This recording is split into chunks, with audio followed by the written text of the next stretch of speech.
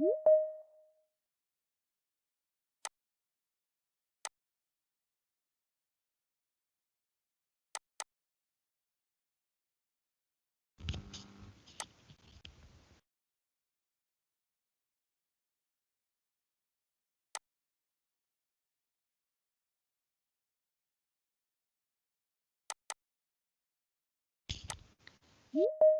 kita mulai ya, Bapak Ibu sekalian. Selamat siang semuanya. Ini, sebentar ya. Sebelumnya perkenalan dulu. Jadi nama saya Susanto Suhandi, jadi bisa dipanggil Santo. Jadi sebelum kita mulai, Pak, saya ada sedikit survei. Ini mohon bantuannya untuk diisi ya, Pak. Ini hanya satu pertanyaan aja sih.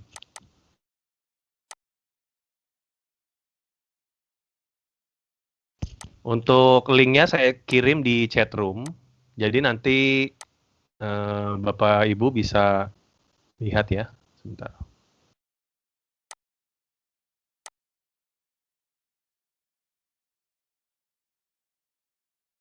Ini surveinya tidak menunjukkan nama Bapak Ibu sekalian, jadi nggak usah khawatir.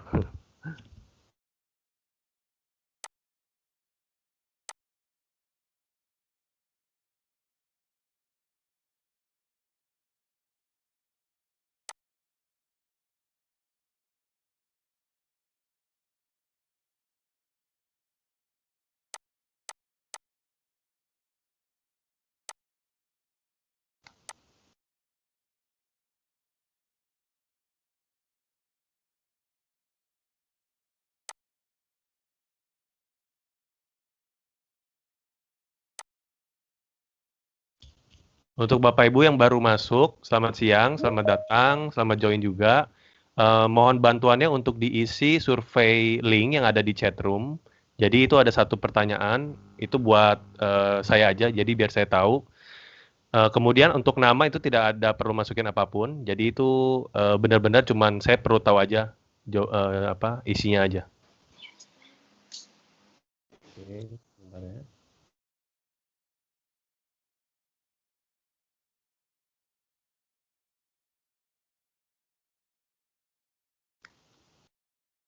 Oke, ini saya udah lihat. Saya udah terima 14 respons.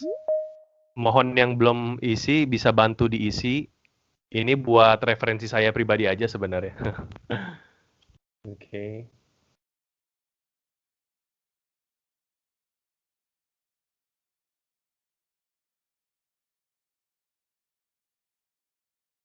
16 respons. Ya, saya udah lihat 16 respons.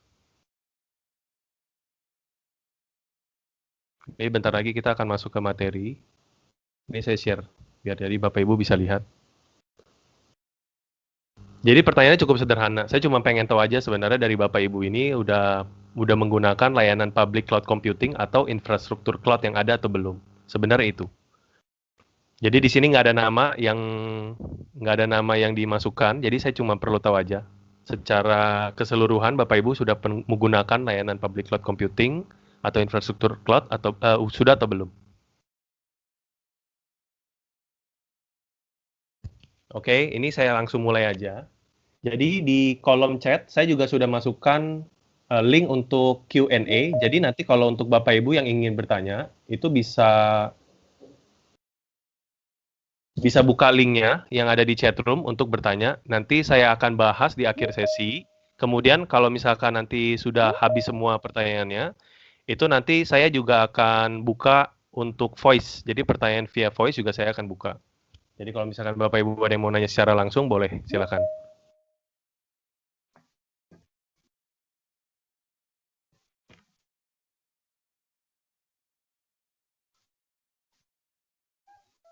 Oke, saya sudah. Oke. Jadi saya mulai materinya. Jadi kalau dari survei yang saya adakan, jadi rata-rata hampir seluruh partisipan yang yang join acara ini itu sudah menggunakan cloud. Jadi ada beberapa yang belum menggunakan cloud, itu nggak masalah. Jadi nanti mungkin saya pembahasannya lebih ke arah yang ke cloud gitu ya. Bapak Ibu udah bisa lihat ya PowerPoint yang sudah saya share. Oke, jadi agenda hari ini yang mau saya bawakan adalah ini ada beberapa hal. Yang pertama saya akan singgung sedikit mengenai digital transformation, kemudian saya akan singgung juga mengenai benefit dari cloud itu seperti apa. Kemudian dari sisi cloud model tuh apa sih sebenarnya cloud model, dan responsibility antara cloud provider dan end user itu seperti apa. Kemudian nanti saya akan share juga sedikit mengenai Azure Cloud. Kemudian juga yang terakhir itu saya akan bahas mengenai business case. Business case ini yang menurut saya cukup penting dan ini cukup relevan dengan skenario yang ada di perusahaan Bapak Ibu semua. Oke, saya masuk. Nah, di sini saya ada satu pertanyaan. Pertanyaannya ini bukan benar atau salah. Kira-kira dari Bapak Ibu ada yang mau volunteer untuk sharing mengenai digital transformation di perusahaan Bapak Ibu? Tidak perlu sebutkan nama perusahaan, cukup sebutkan nama aja. Ada yang mau bersedia volunteer untuk sharing?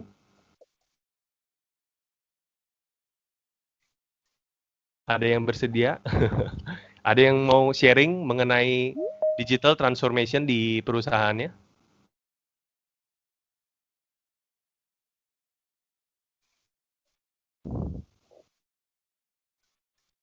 Oke, ini nggak apa-apa, saya sharing aja.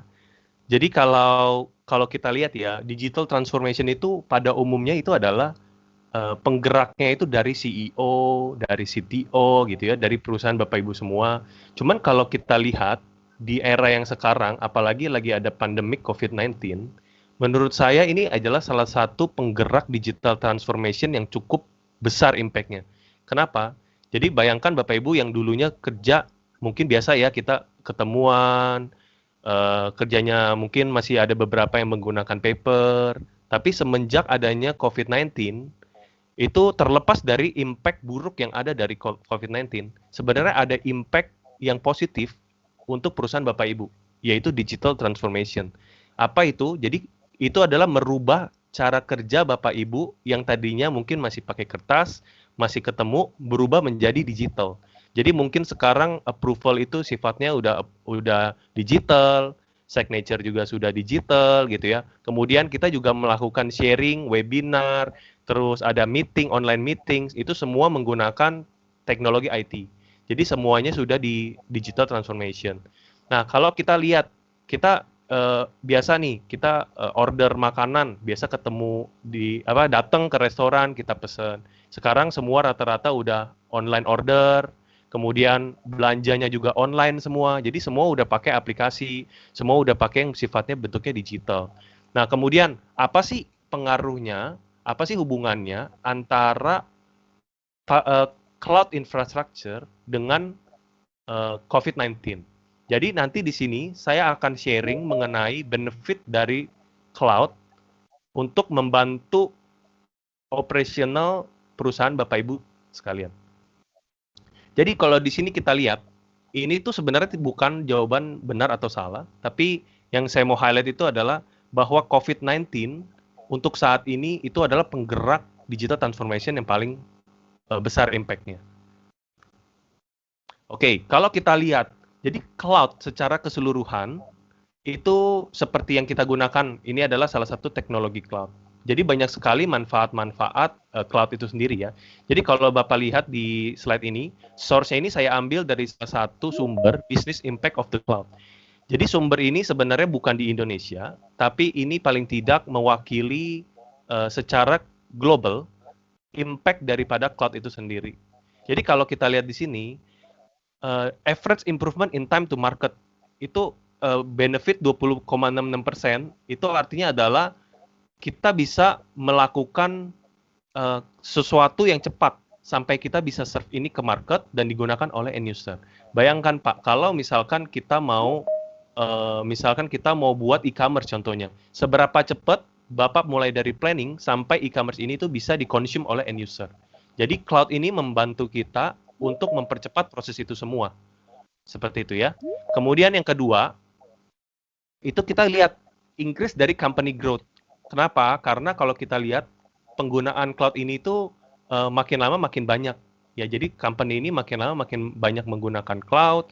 Kemudian seluruh kita bilang seluruh sumber daya, infrastruktur, itu mau nggak mau nanti akan lama makin berkembang. Ya. Kemudian kita lihat dari sisi proses yang ada, itu makin lama makin efisien. Yang tadi Bapak mungkin butuh 10 step untuk melakukan sesuatu, sekarang tinggal butuh 2 atau 3 step untuk melakukan sesuatu. Sama halnya dengan ketika kita memprovide sesuatu. Misalkan Bapak mau memprovide infrastruktur, model seperti itu dibutuhkan waktu yang sangat lama, mulai dari planning, pengadaan, pembelian, setup, sampai itu jadi untuk digunakan oleh user. Jadi itu cloud itu membantu efisiensi proses tersebut. Nah, kemudian kita lihat apa sih impact yang lain. Kita lihat dari average reduction itu ada average reduction di operational cost. Artinya, berarti yang tadinya Bapak mungkin invest besar di depan, kita bilangnya capital expense. Jadi, Bapak invest besar-besaran di depan, yang kemudian mungkin secara nilai investasi itu nggak semuanya maksimal. Nah, dengan adanya cloud, itu kita bisa merubah pola yang tadinya capex menjadi opex. Dan selain itu juga, keunggulan dari cloud itu adalah kita cukup membayar sesuai dengan apa yang kita butuhkan. Jadi makanya kita bisa melakukan penghematan biaya. Kalau misalkan yang traditional hardware atau traditional infrastructure, itu cenderung Bapak akan melakukan planning, Bapak akan melakukan istilahnya selain planning juga pastinya Bapak akan provide spesifikasi atau resources yang cukup besar. Impact-nya apa? Impact-nya adalah Bapak melakukan investasi yang besar. Di depan itu sangat besar. Belum tentu digunakan, tapi investasinya udah besar duluan di depan. Itu sayang banget ada bisnis loss di sana. Nah, kalau dengan menggunakan cloud, itu kita bisa mereduce itu, kita cukup menggunakan apa yang kita pakai, jadi secara operational cost itu pasti akan ada penurunan. Nah, kemudian kita lihat secara spending juga itu salah satunya impact-nya. Jadi dari cost optimization, kita ngomongin efisiensi cost, yang pasti dari pengeluaran IT juga makin berkurang. Kemudian kita juga lihat dari sisi maintenance cost. Jadi kalau kita lihat dari maintenance cost itu adalah yang tadinya kalau Bapak punya traditional infrastructure gitu ya, traditional infrastructure, Bapak perlu manage, Bapak perlu maintenance, Bapak perlu patching, Bapak perlu mungkin kalau misalkan hardware-nya sudah versinya udah lama, Bapak perlu upgrade atau Bapak perlu migrasi ke versi yang lebih up to date gitu ya. Jadi banyak sekali cost-cost yang ada di sana kalau kita lihat. Nah, dengan adanya cloud ini itu membantu mengurangi maintenance cost, kita ngomongin pokok operational cost. Jadi seluruh cost yang ada itu bisa kita kurangi. Jadi ini adalah beberapa benefit kalau kita menggunakan fasilitas cloud. Oke. Nah, yuk kita pelajari sama-sama sebenarnya cloud itu bentuknya seperti apa sih? Modelnya seperti apa? Dan pembagian cloud itu dengan end user atau customer itu seperti apa? Jadi kalau kita lihat di sini, ini adalah on-premises data center. Jadi kalau Bapak Ibu punya on-premises data center yang sekarang udah berjalan seperti itu ya, Bapak Ibu itu pasti akan melakukan istilahnya manage seluruh perangkat, seluruh komponen yang ada di dalam data center. Ya, jadi kalau saya gambarkan itu mulai dari data center, kita ngomongin dari sisi hardware, kita ngomongin dari sisi listrik, mungkin ada juga listriknya. Kemudian mungkin ada biaya maintenance lainnya, orang ya, kita ngomongin people, kita ngomongin apa lagi. Jadi seluruh komponen yang ada di dalam data center atau bahkan mungkin beberapa di antara Bapak Ibu sekalian melakukan sewa. Jadi sewa data center itu bisa. Tapi tetap Bapak Ibu tetap akan mengeluarkan biaya untuk manage komponen-komponen tersebut. Seperti itu ya. Nah, itu adalah yang ada di on premises. Nah, kalau kita lihat cloud itu menawarkan beberapa model. Yang pertama, kita sebutnya adalah infrastructure as a service. Jadi apa maksudnya infrastructure as a service? Jadi infrastructure as a service itu adalah kalau Bapak lihat di paling bawah itu ada networking, ada storage, server dan virtualisasi. Itu seluruhnya di-manage oleh vendor. Dalam case ini di-manage oleh Microsoft. Jadi Bapak nggak perlu invest besar untuk menyiapkan data center, Bapak nggak perlu invest besar-besaran untuk menyiapkan perangkat network, storage, server dan virtualisasi, dan tentunya security. Bapak Bapak Ibu nggak perlu invest besar-besaran di sana. Bapak Ibu cukup sewa di cloud provider, kemudian memanage sisanya. apa yang perlu di-manage, mulai dari level operating system, middleware, sampai di level aplikasi, dan terakhir di level data. Jadi ada pembagian responsibility antara cloud provider dan juga dengan customer. Kalau dilihat di atas itu adalah pembagian untuk customer, di bawah itu di-manage oleh vendor. Dalam case ini di Microsoft. Jadi kalau kita lihat dari sisi ini, itu Bapak Ibu udah menghemat banyak sekali investasi. Virtualisasi, server, storage, dan network. Mulai dari investasi perangkatnya, investasi orangnya, investasi security, dan lain-lain. Jadi dalam case ini Bapak Ibu udah hemat banyak sekali. Nah, infrastructure as a service bentuknya seperti apa? Nanti saya akan jelaskan. Nah, kemudian ada juga model yang kedua. Jadi kalau Bapak Ibu lihat di model yang kedua ini, beberapa komponen ada yang ditambahkan untuk di-manage oleh vendor, di-manage oleh Microsoft. Jadi kalau Bapak Ibu lihat networking, storage, servers, virtualization, OS, middleware, dan runtime, ini semua di-manage oleh Microsoft. Yang perlu Bapak Ibu kelola adalah hanya di aplikasi dan datanya saja. Bentuknya seperti apa sih Pak? Jadi bentuknya adalah, bayangkan Bapak Ibu punya satu web application, Bapak Ibu cukup deploy aplikasinya tanpa perlu mempersiapkan infrastruktur apapun, tanpa perlu Bapak Ibu install ini itu. Cukup dari aplikasinya, kita cemplungin, itu udah langsung running. Modelnya seperti itu, platform as a service. Jadi, platform as a service adalah salah satu layanan untuk mempermudah Bapak Ibu di level manajemennya. Jadi, nggak perlu untuk manage apapun. Cukup manage aplikasi dan data. Karena kalau kita lihat, bisnis itu sebenarnya yang perlu kita fokuskan bukan di infrastrukturnya, tapi kita harus fokus di mana application-nya dan juga bisnis itu sendiri. Harus jalan. Jadi Bapak Ibu nggak perlu banyak menghabiskan waktu dan investasi untuk memanage infrastruktur yang ada. Seperti itu. Nah, yang ketiga, model yang ketiga, itu adalah software as a service. Jadi software as a service ini, itu lebih banyak lagi yang di-manage oleh vendor, dalam case ini Microsoft. Jadi semuanya itu di-manage oleh Microsoft, kecuali data. Karena balik lagi, cloud provider itu tidak diperbolehkan untuk mengelola data customer. Oke, nah bentuknya apa sih? Jadi kalau Bapak Ibu lihat, infrastruktur as a service dan platform as a service itu adalah komponen yang disediakan oleh Microsoft Azure. Jadi ada yang namanya Microsoft Azure, itu adalah cloud computing atau infrastruktur cloud. Jadi ada infrastruktur as a service dan platform as a service. Nah yang ketiga, software as a service, itu adalah layanan yang sudah jadi, tinggal kita subscribe, kita gunakan. Contohnya apa? Contohnya adalah Office 365. Seperti yang kita gunakan sekarang, kita menggunakan Microsoft Teams, itu semuanya di-manage oleh Microsoft. Kita cukup subscribe dan kita cukup menggunakannya aja. Jadi itu adalah software as a service. Nah, untuk case ini kita akan banyak membahas di bagian infrastruktur as a service dan platform as a service. Karena itu adalah bagian yang di-manage oleh Azure. Oke, ini saya kasih ilustrasi lain biar Bapak Ibu mungkin kalau ada beberapa yang masih ada yang bingung gitu ya. Ini adalah model yang saya ambil contohnya dari perumahan atau hotel. Jadi kalau Bapak Ibu lihat di bagian traditional on premises itu ibaratnya Bapak Ibu beli rumah kosong, Bapak Ibu beli, Bapak Ibu urus semuanya, mulai dari ruangannya, kamarnya, sampai pembersihan dan makanan dan minuman. Jadi totally semuanya Bapak Ibu akan manage.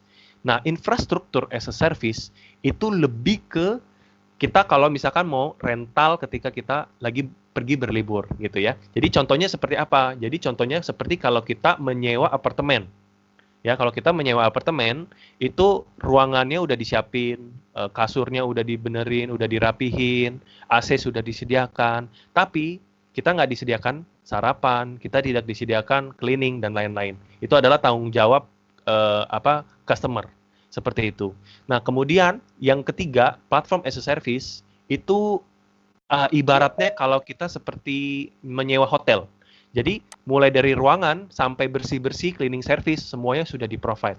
Jadi kita cukup menambahkan makanan atau minuman, karena itu sudah disediakan di dalam hotel. Nah yang terakhir, software as a service itu bayangkan kalau kita menyewa, kita bilangnya resort yang bener-bener semuanya all in gitu ya, premium resort ceritanya gitu. Jadi mulai dari ruangan sampai makanan, minuman, pokoknya semua udah disediakan. Kita tinggal bayar, tinggal kita konsum semua. Nah, ini contohnya software as a service. Jadi ini biar Bapak Ibu ada gambaran terkait model-model yang ada di cloud dan kemudian responsibility seperti apa. Oke. Nah, saya masuk lagi ke bagian Azure. Jadi tadi kita sudah membahas infrastruktur as a service, ya. Tadi kita sudah membahas platform as a service. Nah, kalau kita lihat di Azure itu sebenarnya banyak sekali komponen infrastruktur dan platform yang bisa kita gunakan. Cuman Bapak Ibu nggak usah khawatir, karena nanti di bagian akhir saya mencoba merampungkan dan juga mensimplify menjadi beberapa bisnis skenario. Menurut saya bisnis skenario itu akan lebih relevan ke Bapak Ibu dan banyak sekali perusahaan-perusahaan yang sudah menjalankan dan menggunakan berdasarkan bisnis case tersebut. Nah, kalau kita lihat di sini di Azure sendiri, mulai dari infrastruktur, mulai dari virtual machine ya kita bilangnya compute, mulai dari storage untuk penyimpanan data, kemudian untuk dari networking jaringannya itu semua komplit. Kita bisa gunakan baik itu kita mau taruh aplikasi di cloud maupun ada yang ada di on-premise ataupun hybrid, itu kita support. Kemudian kalau kita lihat lagi di bagian platform as a service, itu kita banyak sekali kategori-kategorinya. Mulai dari media dan CDN, ini biasa digunakan untuk streaming. Jadi kalau misalkan Bapak Ibu ada yang bergerak di bagian streaming atau mungkin mau membuat layanan-layanan streaming, itu bisa menggunakan layanan cloud. Jadi bisa menggunakan services yang ada di cloud untuk membuat produk. Ya, jadi kita bisa buat produk menggunakan services-services yang ada di Azure. Kemudian kita ngomongin application platform. Jadi kita komplit sekali, mulai dari web application, mobile application, kemudian testing mobile devices, semua kita komplit. Itu kita punya application platformnya. Kemudian juga dari sisi developer, kita juga menyediakan banyak sekali variasi-variasi services yang bisa digunakan oleh pihak developer, mulai dari Visual Studio dan lain-lain. Jadi termasuk juga di dalamnya kalau misalkan Bapak Ibu udah menggunakan DevOps, itu kita juga menyediakan platform DevOps. Jadi banyak sekali. Kemudian kita ngomongin data. Data ini lebih ke big data analytics. Kita juga support untuk seluruh platformnya.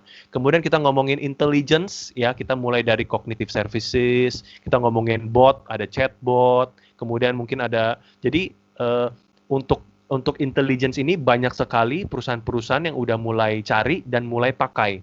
Contohnya untuk apa? Bisa untuk melakukan scanning dokumen, misalkan scanning invoice, atau mungkin scanning dokumen-dokumen apapun bentuknya.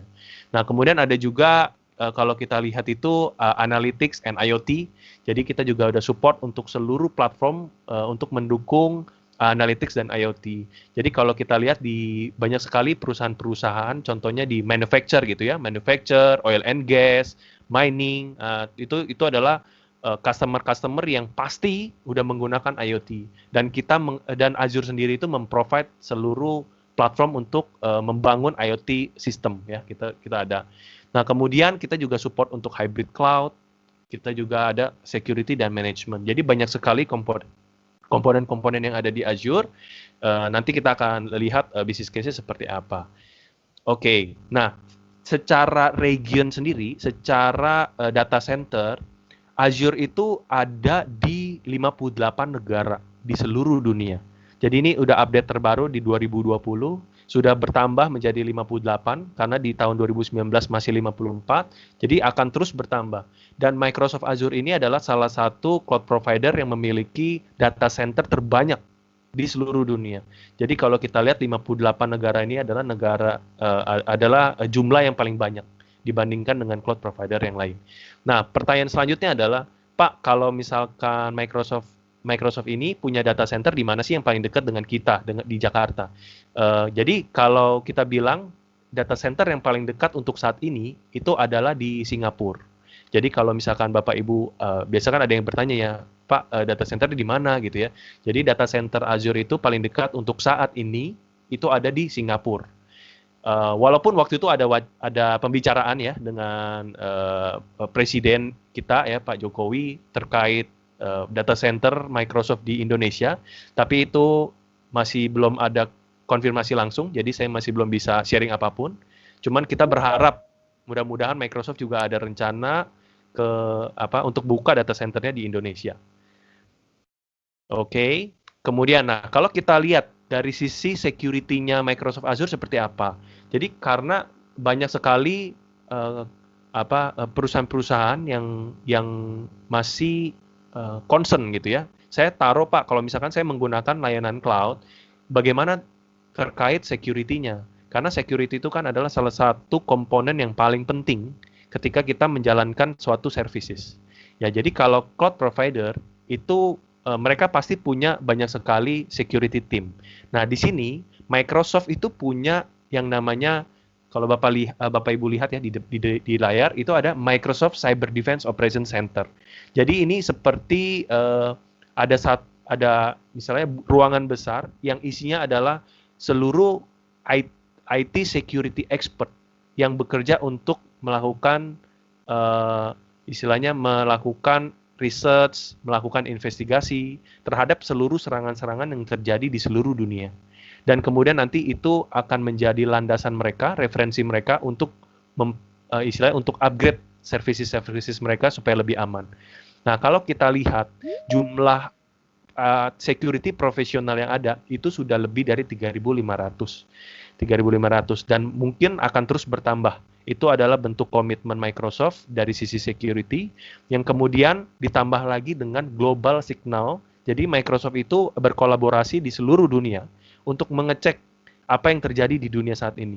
Dan kemudian signal-signal atau informasi tersebut itu di-sharing. Jadi Microsoft ini itu bekerja sama juga dengan seluruh security vendors. Jadi mereka bagi-bagi informasi lah supaya tujuannya memperkuat keamanan mereka.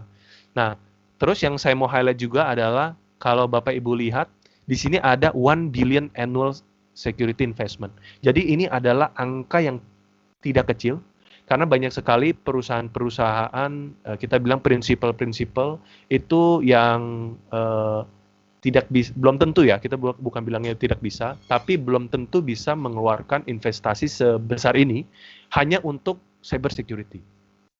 Jadi ini adalah salah satu komitmen yang menurut saya paling kuat dari Microsoft untuk security mereka. Jadi mereka invest sekitar $1 billion setiap tahun untuk cyber security. Ya. Kemudian kalau kita lihat lagi dari sisi compliance, itu compliance Azure, Microsoft Azure itu udah banyak sekali. Itu sudah untuk saat ini kalau tidak salah sekitar 91. Ini saya sudah cek juga sekitar 91 compliance secara global. Jadi Bapak Ibu nggak usah khawatir kalau misalkan Bapak Ibu ada concern terhadap compliance. Jadi seluruh services yang ada di Azure itu sudah comply dengan standar regulasi di seluruh dunia. Jadi nggak cuma satu doang, tapi banyak sekali. Jadi seluruh dunia, 91. Jadi Bapak Ibu nggak usah khawatir. Nah, kalau kita lihat lagi, dari sisi security di data center seperti apa? Jadi di Microsoft Azure, di Microsoft Data Center, mereka melakukan beberapa layer proteksi, mulai dari scan mata, terus scan fingerprint, kemudian nanti ada cek ID dan lain-lain. Jadi banyak sekali layer-layer dari sisi proteksi untuk masuk ke dalam data center. Jadi Bapak Ibu juga bisa lihat videonya, bisa dicari. Itu nanti di-share mengenai kondisi dari data center Microsoft itu seperti apa. Nah, terus kemudian kita lihat dari sisi infrastruktur yang disediakan oleh Microsoft, itu udah global infrastructure. Jadi seluruh hardware dan protection networknya itu udah di-custom, disesuaikan dengan global. Jadi udah disesuaikan dengan kebutuhan global dan regulasi global. Jadi itu nggak usah khawatir terhadap security-nya. Nah, kemudian juga secara kalau kita ngomongin operational security, itu juga ada monitoring aksesnya, kemudian 24/7, dan lain-lain. Dan lain-lainnya, jadi banyak sekali. Nah, selain itu, bentuk security apa lagi yang ditawarkan oleh Microsoft? Ini adalah salah satu contohnya. Jadi data segregation. Data segregation ini adalah pemisahan data antara satu customer dengan customer yang lain. Dan di dalam satu customer, itu belum tentu seluruh user yang ada di dalam perusahaan tersebut bisa mengakses services yang ada di Azure. Jadi dari sisi akses kita sudah jaga, dari sisi data itu juga sudah dipisahkan antara customer satu dengan customer yang lain, supaya itu tidak bisa kita ambil atau kita lihat atau kita curi ya, model seperti itu. Jadi Bapak Ibu nggak usah khawatir terhadap pemisahan data yang ada, itu semua sudah diatur dengan baik. Kemudian dari sisi network seperti apa? Dari network juga ada proteksi-proteksinya. Jadi antara customer satu dengan customer yang lain juga nggak semerta-merta bisa langsung connect, terus kita bisa akses ke misalkan ke server mereka, itu tidak seperti itu. Jadi seluruh komponen services yang ada di Azure itu dari sisi network juga sudah kita pisahkan dan sesuai dengan hak akses yang kita berikan. Nah, dari sisi pertahanan lainnya seperti apa yang bisa ditambahkan? Jadi di Microsoft Azure sendiri itu punya proteksi tambahan namanya DDoS. DDoS ini denial service. Jadi kalau misalkan Bapak Ibu punya, contohnya ya, Bapak Ibu punya aplikasi atau mungkin punya server, kemudian ada hacker atau mungkin ada orang jahat itu mau coba bikin sistem Bapak Ibu down. Jadi sistemnya itu nggak bisa diakses. Nah, itu mungkin adalah salah satu bentuk DDoS, serangan DDoS. Nah, di Microsoft Azure sendiri itu dilengkapi dengan pertahanan DDoS. Jadi, semua orang yang mau attack dari luar ataupun attack dari dalam, itu nggak akan semudah itu bikin sistem ini mati. Gitu ya. Kemudian dari yang lain juga, kita juga bisa melakukan monitoring terhadap apa yang sedang terjadi di dalam environment server Bapak Ibu. Modelnya seperti itu. Nah, komponen lainnya adalah ada yang namanya Azure Security Center. Jadi Azure Security Center ini adalah salah satu security, bisa dibilang proteksi tambahan yang disediakan oleh Azure untuk memproteksi seluruh services yang ada di Azure. Jadi kalau misalkan Bapak Ibu menggunakan layanan Azure gitu ya, menggunakan layanan Azure, jadi misalkan Bapak Ibu punya VM, misalkan buat server di Azure. Seluruh VM itu nanti akan diprotek oleh Azure Security Center. Nanti saya akan kasih lihat juga, sebenarnya maksudnya seperti apa sih, bentuk security seperti apa sih, nanti saya akan kasih lihat juga. Cuman secara garis besar, tools ini itu membantu untuk memberikan visibility and control. Ya, ada visibility and control. Jadi Bapak Ibu tahu apa yang sedang terjadi di istilahnya data center Bapak Ibu. Jadi bisa ketahuan. Mau ada di on-premise ataupun yang ada di dalam Azure. Jadi kita bisa punya visibility terhadap keduanya. Dan juga punya kontrol, jadi kita bisa tahu kita mau ngapain. Kemudian kita juga bisa melakukan integrasi, monitoring, dan policy management di dalamnya. Jadi kita bisa set policy-policy yang ada. Kemudian ada juga untuk threat detection, dan kemudian ada alert yang bisa dimunculkan kalau misalkan ada sesuatu insiden, ada attack atau insiden yang terjadi. Nah, selain itu juga, Microsoft sendiri ini membuka dirinya bekerja sama dengan beberapa vendor security lainnya. Jadi kalau misalkan Bapak Ibu punya vendor-vendor security yang existing, yang udah digunakan, misalkan seperti Trend Micro, Checkpoint, ya, Fortinet, dan lain-lain, itu Bapak Ibu juga bisa integrasikan dengan vendor-vendor tersebut. Jadi Azure ini sangat open sekali. Jadi kita bisa bekerja nggak cuma pakai Azure Products, tapi juga bisa pakai vendor solusi dari vendor lain. Itu memungkinkan sekali. Oke. Nah, selain itu juga dari sisi kontrol seperti apa? Dari sisi akses seperti apa? Jadi di Azure sendiri itu kita menerapkan yang namanya least privilege. Least privilege itu artinya adalah kita memberikan akses sedikit mungkin, seminim mungkin, dan hanya untuk orang tertentu saja. Jadi pasti ada beberapa di antara Bapak Ibu ada pertanyaan, misalkan, oh saya mau membatasi orang yang boleh akses ke environment saya tuh gimana, bisa atau enggak? Jawabannya adalah kita bisa lakukan itu. Jadi kita bisa melakukan memberikan akses hanya untuk orang tertentu dan dengan roles tertentu. Jadi nggak semerta-merta satu role admin udah mereka bisa ngapa-ngapain semua. Nggak seperti itu, tapi kita bisa memberikan permission sampai di level yang paling kecil. Misalkan hanya boleh lihat VM-nya aja. Atau boleh melakukan perubahan di VM-nya, tapi nggak boleh melakukan apapun selain melakukan konfigurasi VM. Contohnya seperti itu. Jadi kita bisa menerapkan permission yang paling kecil untuk memproteksi akses yang ada. Dan selain itu, seluruh akses request itu diaudit dan ada lognya. Jadi Bapak Ibu nggak usah khawatir kalau misalkan ada ada tiba-tiba ada yang shutdown server ya, atau mungkin restart server, atau mungkin ada yang nambahin server atau apapun. Terus Bapak Ibu kesulitan, ini kenapa nih? Ada apa nih? Nah, itu kita bisa cek hasilnya di log dan semua itu diaudit ya. Kemudian selain itu juga kita menerapkan yang namanya multi-factor authentication. Jadi Bapak Ibu nggak usah khawatir, kita juga ada multi-factor authentication, baik untuk masing-masing user maupun untuk semua user. Jadi benar-benar kita sesuaikan dengan kebutuhannya seperti apa. Itu. Oke, sebelum masuk ke business challenge, saya mau coba lihat dulu kira-kira dari Bapak Ibu yang ada yang bertanya atau enggak. Saya akan coba cek dulu sebentar. Ini saya akan share, jadi Bapak Ibu bisa lihat. Nanti saya baru masuk ke business scenario. Oke, ini kita sudah ada 2 pertanyaan di sini. Yang pertama, Pak, apa keunggulan Azure dibandingkan dengan public cloud computing lainnya?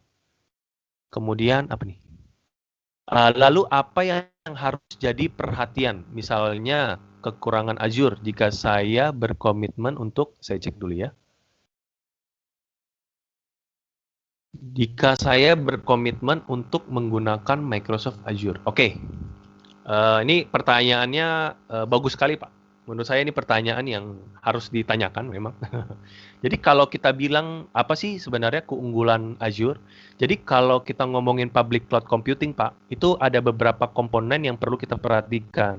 Yang pertama itu adalah mereka punya kalau ini menurut saya pribadi dan based on apa yang di-provide oleh Microsoft ya, Pak. Jadi kalau public cloud itu mereka tuh harus istilahnya menyediakan layanan yang sesuai dengan kebutuhan customer. Jadi Bapak Ibu bisa cek apakah di satu cloud provider mereka menyediakan layanan A atau layanan B. Itu bisa dicek. Semakin banyak, artinya mereka punya katalog, maksudnya semakin banyak services yang mereka provide, itu semakin lebih baik. Oke, kedua, kita lihat dari flex, kita bilangnya apa ya? Harga dulu deh, harga. Bapak Ibu juga bisa cek dari level harganya seperti apa. Jadi mana yang menawarkan harga yang kompetitif. Saya nggak bisa bilang murah, saya bilangnya adalah harga yang kompetitif.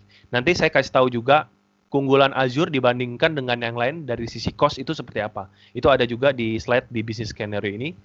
Kemudian selain komponen harga, itu adalah tools apa saja yang bisa disiapkan oleh provider untuk menunjang operasional. Contoh, di Azure itu mereka punya tools native, tools yang Microsoft sendiri udah buat. Contohnya seperti backup, disaster recovery, kemudian security center, dan lain-lain. Jadi ada beberapa services yang memang dibuat khusus dari Microsoft untuk menunjang operasional. Dan itu belum tentu ada di provider yang lain. Jadi kalau Bapak tanya, Azure itu punya apa? Azure punya Azure Backup, Azure punya Azure Disaster Recovery, dan yang lain itu nggak punya tools natif yang mereka desain sendiri, mereka bangun sendiri untuk menunjang operasional ini. Itu kalau kita lihat dari sisi services. Terus kita juga lihat dari sisi fleksibilitas license-nya seperti apa. Jadi kalau di Microsoft Azure sendiri itu, nanti saya juga akan share di slide, jadi Bapak Ibu nggak usah khawatir, nanti takutnya lupa atau gimana, nanti ada juga. License-nya seperti apa. Jadi nanti kita menawarkan fleksibilitas license yang ada di on-premise, itu juga kita bisa pakai di Azure. Contohnya seperti itu. Nanti detailnya saya akan share di slide yang business scenario. Oke, kalau Bapak Ibu ada yang mau ditanyakan lagi, silakan langsung di post di link yang saya share di kolom chat. Jadi Bapak Ibu bisa lihat di sana. Nanti di akhir sesi kita akan buka diskusi voice. Jadi Bapak Ibu yang mau nanya secara langsung juga boleh. Jadi Bapak Ibu bisa cek di chat ya. Di chat mana ya? Saya coba resend ya, takutnya Bapak Ibu belum dapat linknya. Ini saya share lagi. Jadi kalau Bapak Ibu ada pertanyaan silakan ditaruh di kolom chat. Oke. Saya balik lagi ke materi saya. Oke. Nah, ini menurut saya topik yang paling penting. Jadi mudah-mudahan sesuai dengan kebutuhan Bapak Ibu sekalian dan memang sesuai dengan apa ya bisnis case-nya ini memang sesuai lah dengan Bapak Ibu sekalian gitu ya. Jadi kalau kita lihat bisnis challenge yang ada itu pasti banyak sekali. Cuman saya coba summary beberapa poin. Yang pertama itu adalah kita lihat di sini many challenge of building apps. Jadi saya banyak sekali ketemu customer mereka itu punya challenge untuk building apps. Challenge-nya apa? Macam-macam. Mulai dari infrastrukturnya, mereka harus bisa provide infrastruktur yang cepat, infrastruktur yang besar, ya nggak boleh ada downtime, cost yang murah. Jadi banyak sekali tuh challenge-nya ketika mau building apps. Kemudian kita nggak punya platform untuk memudahkan developer dan juga operation, misalkan project manager dan lain-lain, untuk terlibat dalam satu project. Itu mereka nggak ada. Jadi banyak sekali challenge-challenge ketika building apps gitu ya, membuat apps. Kemudian yang kedua kita lihat challenge-nya adalah longer time to do planning, ya. Kemudian time to market atau production. Ini krusial banget, apalagi untuk zaman yang sekarang ini. Menurut saya kecepatan itu salah satu kunci supaya kita bisa grab the market. Nah, kalau kita lihat challenge longer time to do the planning, artinya apa? Ketika Bapak Ibu mau menjalankan suatu aplikasi misalkan, ya, aplikasi public facing, misalkan end user application, contohnya seperti itu ya. Bapak Ibu pasti akan melakukan planning. Planning mulai dari menyiapkan dulu resource-nya, orangnya siapa, kemudian infrastrukturnya berapa banyak, harganya berapa, pembeliannya berapa lama, pemasangan berapa lama, konfigurasi berapa lama, terus testing berapa lama, sampai itu masuk ke production. Itu bisa berapa lama? Ya rata-rata tradisional hardware, jadi kalau Bapak Ibu pasti udah sering merasakan ya, Bapak Ibu mesti beli dulu perangkatnya dan segala macam planning, itu bisa nggak mungkin 1 bulan.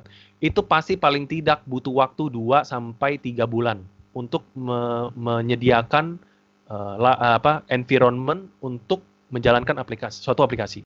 Mulai dari Bapak Ibu planning dulu resource-nya, sampai itu dibeli, sampai itu datang dan diimplementasi. Mungkin 2-3 bulan atau 2-4 bulan. Itu lama sekali waktunya. Sedangkan di cloud sendiri itu, untuk melakukan itu, mungkin hitungan hari udah selesai gitu. Nggak usah lama-lama deh, pokoknya langsung jalan. Enak kan? Nah, terus kita lihat time to market production. Ini related dengan kita lihat building apps gitu ya, building apps, kemudian udah selesai di building, udah dibuat aplikasinya, gimana caranya ini bisa di-serve langsung ke market. Bapak Ibu pasti mesti banyak sekali tuh yang perlu diperhatikan. Balik lagi ya, infrastrukturnya mesti diperhatikan berapa lama, kemudian belum lagi security-nya, aplikasinya ada masalah atau enggak, kita bisa cek nggak sih, kita bisa monitor nggak sih aplikasi kita tuh ada masalah atau enggak, dan lain-lain. Itu banyak sekali challenge yang ada di sana. Ya, nanti kita akan lihat challenge ini bisa diaddress seperti apa. Kemudian yang ketiga, oke ini yang ketiga, kita masuk yang ketiga, itu quite expensive to maintain infrastructure. Ini juga banyak masukan-masukan dari customer yang saya sering ketemu ya. Jadi banyak sekali customer bilang bahwa mereka perlu biaya untuk maintain dan infrastructure. Maintain ini nggak cuman orangnya doang, tapi kita ngomongin maintain infrastructure. Artinya kalau misalkan ada patching, kalau misalkan ada yang rusak, kalau misalkan ada yang mau diganti atau mungkin outdated nih, misalkan Bapak Ibu punya Windows Server 2008 ya, nanti saya juga akan share 2008 itu, atau Windows 7 itu yang udah jadul-jadul, yang udah nggak ada supportnya lagi, gimana tuh di maintain. Nah itu ada biaya-biaya untuk maintain itu semua. Nah kemudian reliability, kita ngomongin performance, gimana untuk make sure bahwa performance-nya ini tetap bagus, nggak ada penurunan performance, dan tetap bisa running. Kemudian kita ngomongin, saya gambarin lagi, kita ngomongin availability. Availability, pasti Bapak Ibu perlu biaya yang sangat besar untuk make sure bahwa availability-nya itu bagus. Biasa yang sering dilakukan itu adalah high availability, atau kita sebutnya adalah Bapak punya satu server, pasti Bapak Ibu pasti punya backup server. Untuk kalau misalkan satu server ini mati, nanti akan ada server lain yang bisa menggantikan. Jadi untuk make sure bahwa services atau aplikasi yang berjalan itu tidak boleh mati dan tetap masih bisa diakses oleh end user. Jadi ini adalah biaya yang menurut saya mahal karena traditional hardware itu traditional infrastructure pasti 1:1. Jadi kalau misalkan Bapak Ibu invest $1.000, pasti untuk availability-nya paling tidak Bapak Ibu harus invest $1.000. Ya. Kemudian kita ngomong serviceability dan manageability. Jadi ini mulai dari sisi komponen harga dan kemudian dari sisi training cost dan lain-lain yang semua yang terlibat untuk melakukan operational itu juga akan dihitungkan. Ya. Kemudian kita ngomongin yang keempat ya. Oke, kita ngomongin yang keempat kompleks hardware ya. Kita ngomongin kompleks hardware sizing. Jadi Bapak Ibu tuh biasa kalau yang on premise sering banyak menghabiskan waktu untuk melakukan sizing. Itu bukan suatu hal yang salah, bukan, tapi memang seperti itu caranya. Jadi kalau di tradisional on premises pasti perlu di sizing dulu nih, kira-kira butuh berapa nih, di planning dulu speknya berapa butuhnya, supaya apa? Supaya nilai investasinya tidak besar. Jadi Bapak Ibu nggak mengeluarkan investasi yang besar di depan. Jadi harus melakukan sizing yang tepat. Biasa itu ya challenge-nya. Kemudian long lead time to provision the server, storage and network. Jadi seberapa cepat ketika Bapak Ibu udah punya seluruh infrastruktur yang ada, mulai dari server, storage, network, sampai itu bisa running dan sesuai dengan konfigurasi sudah sesuai dengan apa yang dibutuhkan, seperti itu. Nah, itu butuh waktu berapa lama? Biasa challenge-nya di on-premise itu sering banget tuh ketemu hal seperti itu. Nah, kemudian kalau kita lihat lagi yang terakhir itu ada business need an agile, flexible, scalable dan banyak sekali ya. Ini kalau Bapak Ibu lihat, bisnis itu perlu yang agile, yang cepat banget butuhnya. Kalau bisa hitungan hari langsung running deh. Seperti itu ya. Nah, kemudian ada yang fleksibel. Ya, fleksibel itu artinya kalau misalkan Bapak Ibu rasa saya kayaknya mau butuh hard disk kecil atau hard disk besar atau mungkin yang hard disknya yang SSD dong, yang cepat gitu ya. Itu seberapa fleksibel Bapak Ibu bisa langsung modifikasi itu. Nah, kemudian scalable. Butuh yang bisa scale. Artinya kalau misalkan kurang resource-nya, bisa langsung ditambah. Gitu ya. Biasa kan kalau challenge di on-premise itu, ketika kurang resource, utilisasi sudah hampir penuh, Bapak Ibu perlu planning lagi tuh. Mulai lagi, saya mesti hitung dulu ya, sizing berapa, saya hitung, belum lagi beli. Kalau ada tender, ya dihitung lagi deh waktu tender, mungkin 1-2 bulan. Dikonfigurasi 6 bulan gitu ya. Wah, itu lama banget. Nah, jadi ada concern di gimana caranya ini bisa scale cepat gitu ya. Faster time to market yang tadi, kemudian cost efektif dan efisien. Artinya Bapak Ibu nggak mau mengeluarkan investasi yang besar di awal. Cukup bayar yang memang sesuai dengan apa yang saya pakai. Sebenarnya itu ya. Kemudian minimize risk of loss atau downtime. Jadi make sure bahwa SLA-nya tinggi ya. Semua server nggak boleh mati, semua layanan nggak boleh mati. Ujung-ujungnya nanti akan balik lagi ke harga. Nah, jadi ini challenge bisnis yang umum, yang sering banget terjadi di customer ya. Jadi di perusahaan Bapak Ibu mungkin ada juga challenge yang ada seperti ini.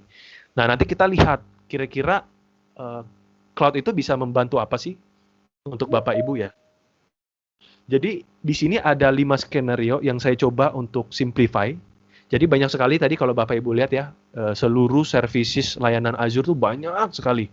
Apa aja ada istilahnya gitu ya. Tapi saya coba bantu untuk mensummarikan, mensimplify, jadi dibuat lebih simple. Ada 5 skenario. Jadi kita bahas satu persatu. Mulai dari skenario yang pertama. Dan ini menurut saya sangat relevan dengan perusahaan Bapak Ibu sekalian.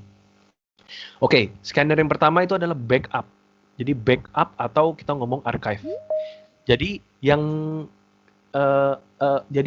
ini saya jelasin dulu ya. Jadi apa sih keuntungannya menggunakan Azure Backup gitu ya? Keuntungan Azure Backup itu adalah bisa scale, ya. Ini bisa kita scale, kita bisa cost efektif. Jadi harganya sangat murah. Saya bisa bilang sangat murah karena kita cukup bayarnya di storage-nya. Kemudian ini. Ya, jadi kalau Bapak Ibu lihat, pay only for what you use. Jadi bayar hanya sesuai dengan apa yang digunakan. Nggak perlu invest besar, nggak perlu invest semua dibeli semua. Cukup bayar apa yang digunakan. Kalau saya mau backup 10 giga, ya udah saya bayar backup 10 giga. Oke. Kemudian save money.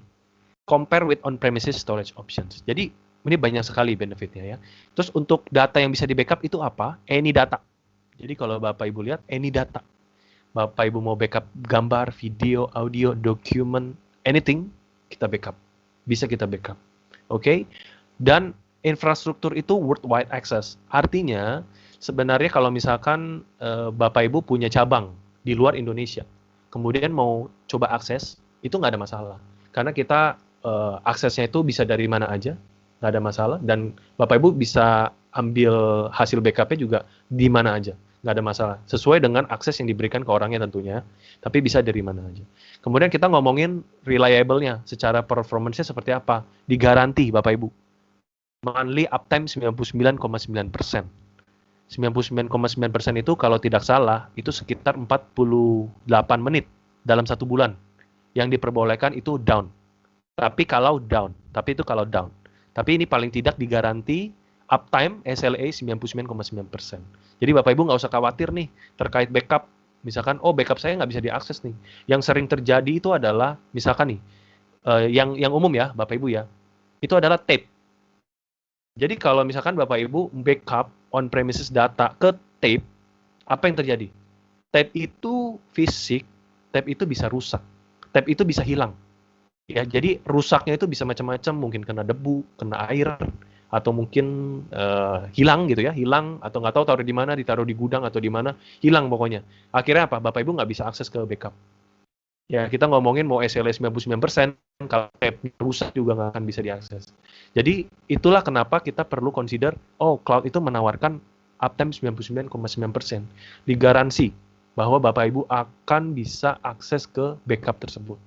Oke, ini portable, jadi ini bisa diakses dari mana aja, mau dari banyak devices bisa, jadi nggak ada masalah. Kemudian, lowest TCO, no hardware configuration and service maintenance. Nah, ini yang menarik. Kenapa? Biasanya backup solution on-premises itu pasti perlu menyediakan hardware, perlu menyediakan services untuk instalasi, konfigurasi, dan maintenance. Oke? Di Azure, Bapak Ibu nggak usah khawatir. Itu kita nggak perlu siapin apapun.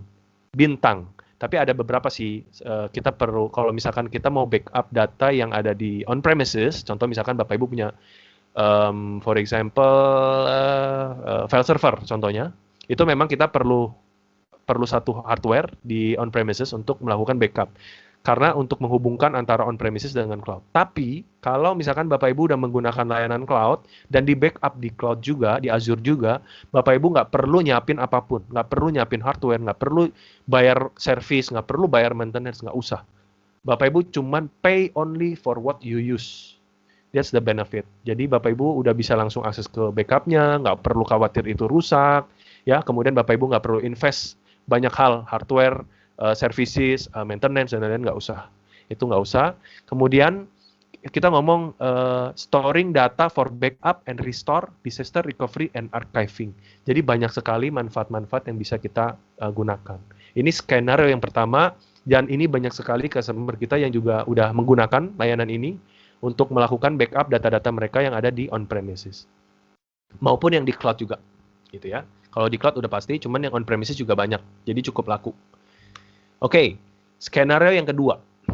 Skenario yang kedua itu adalah Azure Virtual Machine. Jadi Azure Virtual Machine ini juga sebenarnya banyak, luas. Azure Virtual Machine yang dimaksud ini adalah, jadi kalau misalkan nih, Bapak Ibu mau membangun development environment, Bapak Ibu boleh mengconsider menggunakan Azure. Kenapa? Karena balik lagi tadi, Bapak Ibu hanya pay only for what you use. Kalau misalkan Bapak Ibu, let's say, melakukan development selama 1 minggu, berarti Bapak Ibu hanya cukup bayar development 1 minggu. Nggak perlu untuk invest besar di depan, misalkan udah bayar nih, harus dipakai setahun, misalkan seperti itu. Tidak perlu. Jadi cukup pay only for what you use.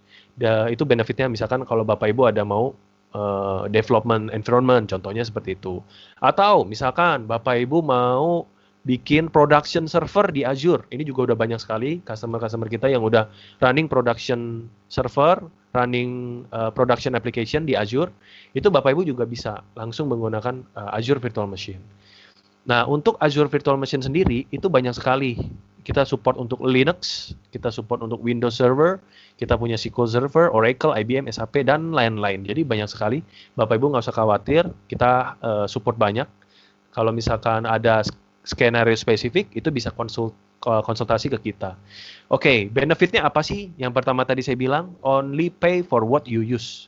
Jadi ini adalah salah satu penghematan biaya yang menurut saya paling signifikan.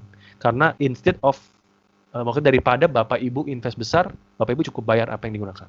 Kedua, fleksibel. Artinya Bapak Ibu kalau misalkan mau dinaikin speknya atau diturunin speknya, itu bisa langsung. Ya, jadi misalkan, oh aduh ini ketinggian nih, overspec, harganya mahal, kita turunin dong. Itu bisa langsung, dalam hitungan menit udah langsung turun. Oke, faster time to market. Kenapa? Karena easy to scale, terus fully managed platform, and monitoring. Jadi dengan seluruh waktu yang dihabiskan, ini mempercepat Bapak Ibu bisa serve ke market lebih cepat. Yang tadinya Bapak Ibu siapin 2 bulan, 3 bulan, mungkin di Azure hitungan hari udah selesai, langsung deh publish. Bisa di-consume oleh end user. Jadi ini lebih cepat. Kemudian full control, OS security dan configuration. Jadi Bapak Ibu punya kontrol terhadap security dan konfigurasi yang ada di dalam operating system. Kemudian juga ini cocok, ya tadi saya bilang, untuk development atau testing, ya, dengan garansi LCLA. Jadi Bapak Ibu nggak usah khawatir kalau misalkan servernya down atau bermasalah. Jadi semuanya sudah digaransi dengan SLA-nya Azure. Oke, nah kita lihat di Azure Virtual Machine, yang tadi saya juga bilang, yang tadi salah satu partisipan, salah satu audiens ada nanya, keunggulannya Azure apa sih? Ini adalah salah satu keunggulannya Pak, dari sisi saya bisa bilang cost, ya karena menurut saya cost ini pengaruhnya cukup besar, ini salah satu benefitnya. Ada yang kita sebut namanya Azure Hybrid Benefit, untuk Windows Server dan SQL Server. Jadi, untuk Azure Hybrid Benefit untuk Windows Server dan SQL Server, maksudnya apa? Jadi kita bisa menggunakan license on-premise kita ke Azure. Jadi Bapak Ibu nggak usah invest, nggak usah bayar untuk operating system yang ada di Azure, tapi bisa menggunakan existing license yang ada di on-premise. Itu kita punya benefit itu. Tentunya kita nanti sesuaikan dengan terms condition yang berlaku, tapi ini memungkinkan untuk kita ambil benefit ini. Kedua, ini yang pertama. Ini yang kedua, ada yang namanya Extended Security Updates. Ini disediakan oleh Azure untuk server-server yang sudah end of support. Contohnya itu 2008, jadi kalau Bapak Ibu masih punya Windows Server 2008 R2 gitu ya, sama Windows 7, itu kan udah end of support. Mereka sudah end of support, dan kalau Bapak Ibu menjalankan Windows Server 2008 R2 atau Windows 7 di Azure, Bapak Ibu berhak untuk mendapatkan Extended Security Updates. Jadi Bapak Ibu nggak usah investasi untuk beli, Pak saya mau beli dong Extended Security Update buat existing 2008 R2 saya atau Windows 7 saya. Tapi kalau Bapak Ibu udah menggunakan kedua ini di Azure, Bapak Ibu udah pasti dapat free. Nah, free-nya berapa lama? Itu 3 tahun. Free-nya 3 tahun semenjak end of support dari 2008 R2 dan Windows 7. Jadi 3 tahun dihitung dari end of support mereka, bukan dari ketika Bapak Ibu menggunakan layanan Azure. Ya, jadi takutnya nanti ada salah paham. Takutnya bilangnya 3 tahun Pak, tapi kok ternyata tinggal 2 tahun setengah nih, karena memang dihitungnya berdasarkan end of support dari Windows Server 2008 R2 dan Windows 7. Ini adalah kalau Bapak Ibu cek ya, ini saya hapus. Ini nih, 75% of the license cost to buy standalone. Jadi kalau Bapak Ibu mau beli, ini masih bisa dibeli Extended Security Updates ini. Itu harganya 75% daripada harga license. Jadi bayangkan Bapak Ibu investasi besar banget, 75%. Padahal kalau Bapak Ibu menggunakan ini di Azure, ini free 3 tahun. Ini adalah salah satu benefitnya Pak, kalau Bapak menggunakan Azure. Di bawah ini ada penjelasan kenapa bisa membayar lebih murah dengan menggunakan Azure. Sedangkan mungkin kompetitor yang lain bisa lebih mahal ya. Saya berani nunjukin ini karena memang ini ada di websitenya Azure. Jadi ini memang di open public. Bapak Ibu bisa akses. Ini sebenarnya ilustrasi saja, menjelaskan komponen-komponen apa saja yang bisa di-save. Komponen-komponen apa saja yang bisa dimaksimalkan supaya harga di Azure itu murah. Maksudnya lebih murah dibandingkan yang lain. Jadi ini bisa jadi salah satu pertimbangan Bapak Ibu kalau misalkan memilih cloud provider ya. Oke, skenario yang ketiga. Skenario yang ketiga itu adalah Azure Web Service. Jadi Azure Web Service ini adalah salah satu services platform as a service yang tadi saya bilang. Jadi ilustrasinya adalah kalau Bapak Ibu punya aplikasi, ini tinggal kita cemplungin, kita running, udah kita akses secara melalui internet. Kita bisa melalui internet langsung, nggak perlu ngapa-ngapain. Oke, keuntungannya apa sih sebenarnya? Ini faster time to market karena Bapak Ibu nggak usah siapin apapun, tinggal cemplungin aja, tinggal di deploy aja aplikasinya udah langsung running. Kemudian kita juga support banyak sekali language dan frameworks. Jadi kalau misalkan Bapak Ibu punya aplikasi PHP, Python, Java dan lain-lain, itu kita bisa masukkan di sini, kita bisa running di sini. Kemudian secara high availability juga ini juga bagus sekali dijagain availability-nya. Kemudian dari sisi security and compliance juga sudah oke banget. Kemudian dari API and mobile features ini juga banyak sekali karena kita juga provide virtual, bisa dibilang real virtual mobile devices.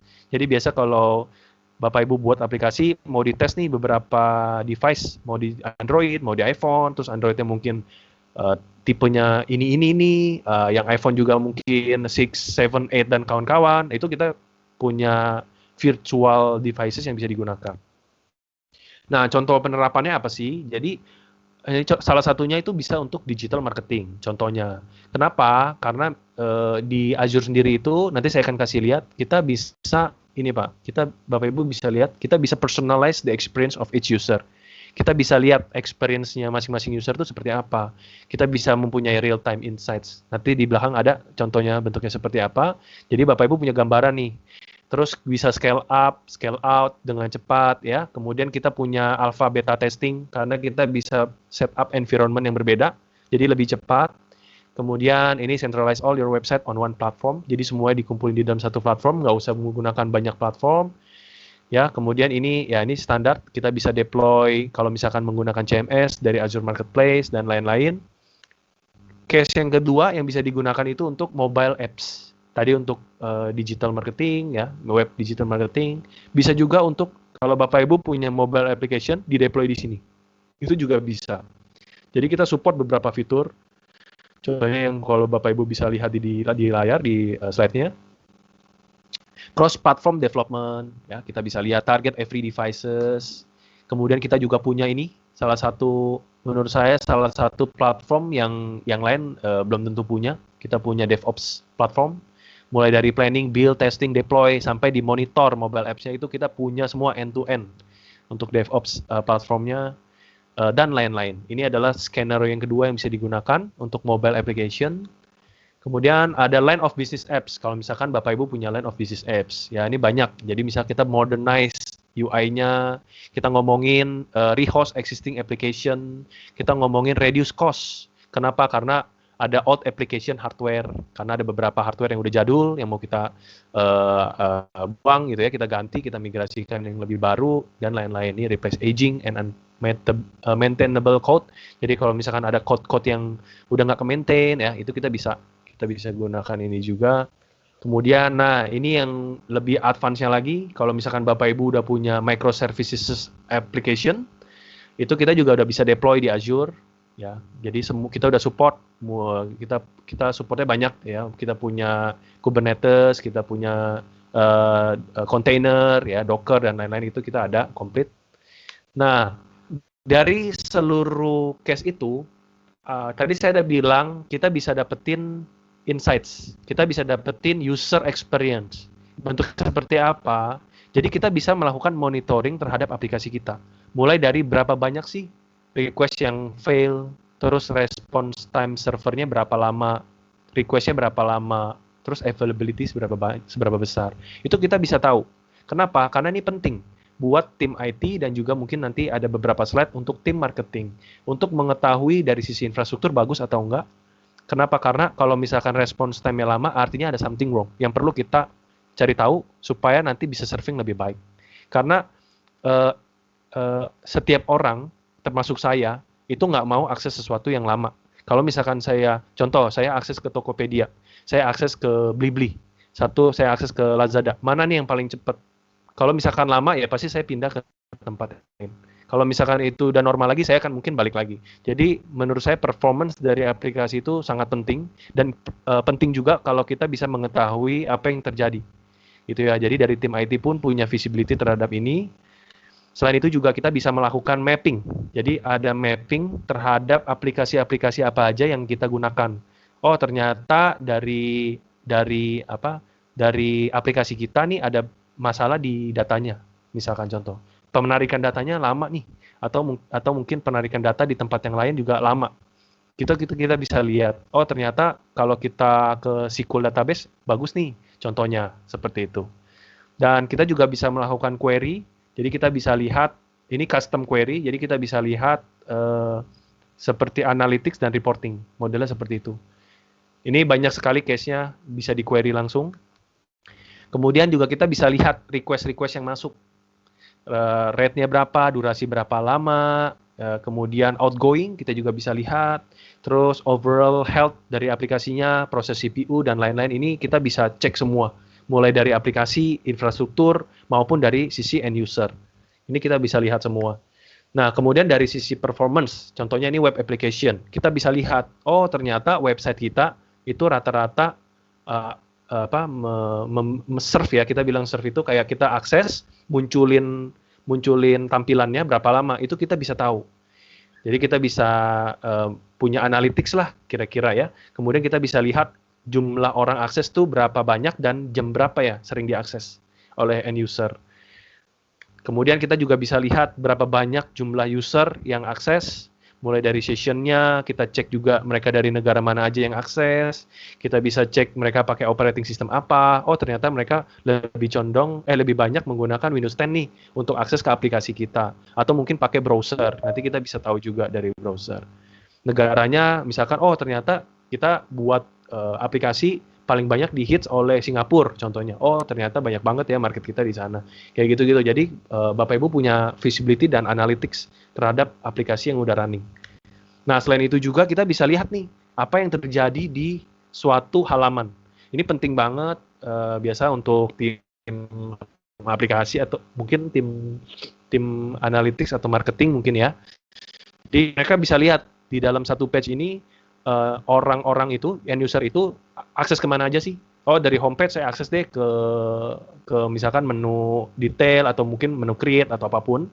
Kita bisa lihat berapa banyak session yang dibuka dan setelah itu apakah mereka udah berhenti gitu aja, sessionnya diselesaikan, jadi ditutup. Misalkan saya mau belanja nih, saya klik products. Saya bisa lihat produk, saya lihat browsing tapi udah selesai saya tutup. Atau ada juga yang saya produk, saya klik, saya check out, kemudian check out mungkin saya payment atau apa, itu kita bisa lihat secara flow-nya seperti apa. Jadi paling nggak Bapak Ibu punya gambaran terhadap apa yang terjadi di aplikasinya. Oke. Nah, kemudian kita masuk ke skenario yang keempat. Ya, ini tinggal 2 skenario lagi. Skenario keempat itu ada Azure Security Center. Jadi ini adalah salah satu tool security yang tadi saya sudah jelaskan di awal untuk memproteksi cloud maupun yang ada di on-premises. Jadi seluruhnya kita bisa protect dan kita juga punya rekomendasi terhadap security posture. Jadi bisa ketahuan nih kira-kira environment Bapak Ibu itu udah secure atau belum. Dan nanti dikasih tahu rekomendasinya apa supaya lebih aman. Oke. Ini kita juga bisa cek untuk ini ya, kalau misalkan ada serangan-serangan, misalkan seperti brute force attacks, ya jadi ada brute force attacks atau SQL injection, ini sifatnya orang-orang yang penjahat atau hacker yang mau coba masuk ke dalam sistem, itu kita juga bisa detect kalau misalkan ada serangan-serangan tersebut. Kemudian ada ini reduce, jadi ada remediation-nya seperti apa. Kemudian reduce investment juga karena produk ini di provide oleh Microsoft sendiri, bukan dari third party. Jadi tentunya dari sisi harga juga lebih kompetitif. Oke. Nah, kemudian kita lihat lagi, ini salah satu bentuk Azure Security Center itu seperti apa. Oke. Jadi Azure Security Center itu kita bisa lihat, contohnya ada secure score, ini adalah postur. Jadi environment Bapak Ibu itu udah seberapa secure, kita bisa lihat. Dan sesuai dengan compliance yang ada atau enggak. Itu kita bisa cek. Kemudian dari sisi ini ya, maksud saya ini policy and compliance. Jadi Bapak Ibu bisa cek. Kemudian selain itu juga kita bisa lihat dari sisi kesehatan server-server yang ada. Contoh misalkan, oh ini ada VM 39 merahnya banyak, artinya merah ini high severity. High severity ini ada sesuatu nih artinya, kita perlu ngapain. Dan lain-lain, ini kita bisa lihat. Kemudian dari sisi threat, serangan-serangan yang ada, itu kita bisa cek. Kita bisa cek mana yang high severity, medium severity, low severity, itu semua kita bisa cek. Nah, bentuk rekomendasi seperti apa? Ini bentuk rekomendasinya. Jadi banyak sekali rekomendasi-rekomendasi. Ini contohnya beberapa aja, dan masih lebih banyak lagi. Itu disesuaikan dengan nanti real di environment production-nya seperti apa. Contohnya, kita misalkan disuruh untuk, disuruh nambahin web application firewall, misalkan. Atau ternyata di sini ada install endpoint protection di virtual machine karena nggak ada endpoint protection sama sekali. Contohnya seperti itu. Atau mungkin kita misalkan apa nih? Misalkan enable MFA, misalkan enable MFA. Jadi banyak sekali rekomendasi-rekomendasi dari sisi security yang bisa kita apply seperti itu. Nah, ini bentuk rekomendasi yang lain. Contohnya, jadi misalkan ada kurang mirip tapi ya ada beberapa tambahan. Jadi intinya banyak sekali. Kita bisa lihat itu dari yang impact-nya ke VM atau impact-nya ke cloud services yang lain atau mungkin dari app service yang tadi modelnya web application atau mobile application atau container dan lain-lain. Jadi kita bisa lihat rekomendasi-rekomendasi yang terjadi. Selain rekomendasi, tentunya juga kita bisa lihat insiden serangan yang masuk. Salah satu contohnya ini misalkan ada serangan SQL injection. Jadi ada seseorang yang mencoba masuk ke dalam database. Lagi mau dihack ceritanya database-nya. Itu kita bisa lihat. Dan berapa banyak percobaan attack ini. Ada jumlah count-nya berapa banyak. Kemudian kita bisa lihat ada yang mencoba brute force attack contohnya ya. Jadi di sini ada brute force attack, SQL injection. Jadi banyak. Dan di sini pun juga dikasih tahu remediasinya itu apa. Cara menanggulangi supaya ini tidak terjadi itu seperti apa. Oke, nanti dikasih tahu. Dan lain-lain. Dan severity ini penting. Jadi Bapak Ibu punya visibility terhadap severity-nya, low, medium, atau high. Ternyata ada satu, jadi kalau Bapak Ibu lihat di sini ternyata ada, di sini ada satu kejadian, misalkan, brute force attack-nya masuk nih, berarti ada yang mencoba masuk ke dalam sistem dan berhasil. Itu udah ada severity high, dan perlu ngapain? Itu kita langsung eksekusi segera. Dan kalau bisa kalau ada tim IT security langsung tahu dan bisa langsung melakukan remediasi. Modelnya seperti itu. Jadi ini adalah security features yang ada di Microsoft Azure. Jadi untuk make sure seluruh environment yang ada di Azure ini lebih aman. Oke. Nah, secara network map juga kita bisa lihat. Jadi ini adalah gambaran, kita bisa melakukan visualisasi terhadap seluruh services yang kita gunakan. Dan resiko-resiko yang terjadi itu apa aja. Jadi di dalamnya dikasih tahu, misalkan di sini ada nama VM-nya, ini ada public IP, ya, kemudian di sini ada rekomendasi-rekomendasinya, ini ada rekomendasi dan severity-nya. Jadi Bapak Ibu bisa lihat. Jadi ini adalah fitur security yang menurut saya bagus banget dan ini bisa digunakan. Dan ini nggak cuma di cloud, balik lagi, nggak cuma cloud environment, tapi juga bisa dipakai untuk memprotect on-premises environment. Jadi bisa kedua-duanya. Oke, ini skenario yang terakhir. Jadi ada yang namanya disaster recovery on Azure. Jadi disaster recovery on Azure ini itu adalah seperti kalau Bapak Ibu mau punya DRC. Jadi misalkan Bapak Ibu udah punya data center, udah running, terus ada planning misalkan mau buat DRC. Biasanya DRC itu Bapak Ibu pasti akan buat yang identik dengan production. Identik artinya 1:1. Yang artinya Bapak Ibu melakukan investasi sebesar apa yang sudah diinvestasikan di production. Misal Bapak Ibu invest $1.000, maka di DRC paling tidak Bapak Ibu harus invest $1.000 juga untuk memiliki komponen infrastruktur yang sama dengan production supaya itu nanti bisa jadi DRC. Itu yang biasa terjadi di on-premises atau traditional infrastructure. Kalau di cloud, kalau di Azure, itu banyak sekali keuntungannya. Kita mulai dari reduce the cost. Jadi ini kita reduce the cost. Dari sisi deploying, monitoring, patching, ya ini lebih ke operational. Services itu lebih singkat Jadi kalau misalkan Bapak Ibu buat DRC kan biasa bangun apa data center, mungkin ada beberapa yang bangun DRC data center atau mungkin enggak, sewa. Intinya Bapak Ibu akan invest seluruh infrastruktur, di setup, di patching dan kawan-kawan dan semuanya di otak-atik ya, sampai running disaster recovery-nya itu butuh waktu yang mungkin cukup lama. Sedangkan kalau di Azure ini disaster recovery implementation bisa tergolong cukup cepat. Ya, jadi dari sisi services sih akan lebih kompetitif harganya, lebih murah. Nah, kemudian juga ini bisa untuk on-premises disaster recovery infrastructure. Jadi ini juga ada beberapa customer kita yang running disaster recovery-nya di Azure. Jadi production-nya di on-premises, disaster recovery-nya di Azure. Ada yang model seperti itu. Nanti saya kasih lihat keuntungannya apa lagi. Ini tadi ada reduce the cost, ya. Kemudian ini kita bisa protect untuk Hyper-V. Jadi kalau Bapak Ibu ada menggunakan Hyper-V, VMware atau physical server itu kita bisa protect. Tapi untuk physical server ini karena bentuknya physical, kita hanya support untuk disaster recovery yang sekali jalan doang, tapi nggak bisa kembali lagi karena bentuknya fisik, jadi harus bentuknya yang virtual.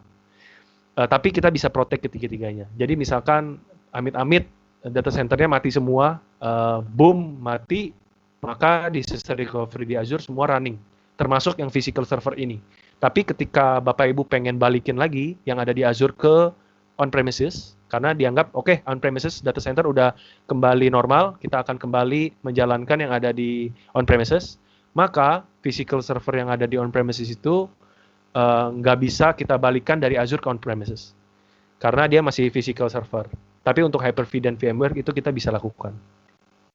Ini kita bisa lakukan disaster recovery drill with no business or application impact. Jadi Bapak Ibu nggak usah khawatir, biasa kan takutnya ada downtime lah atau ganggu bisnis lah atau apa, nggak.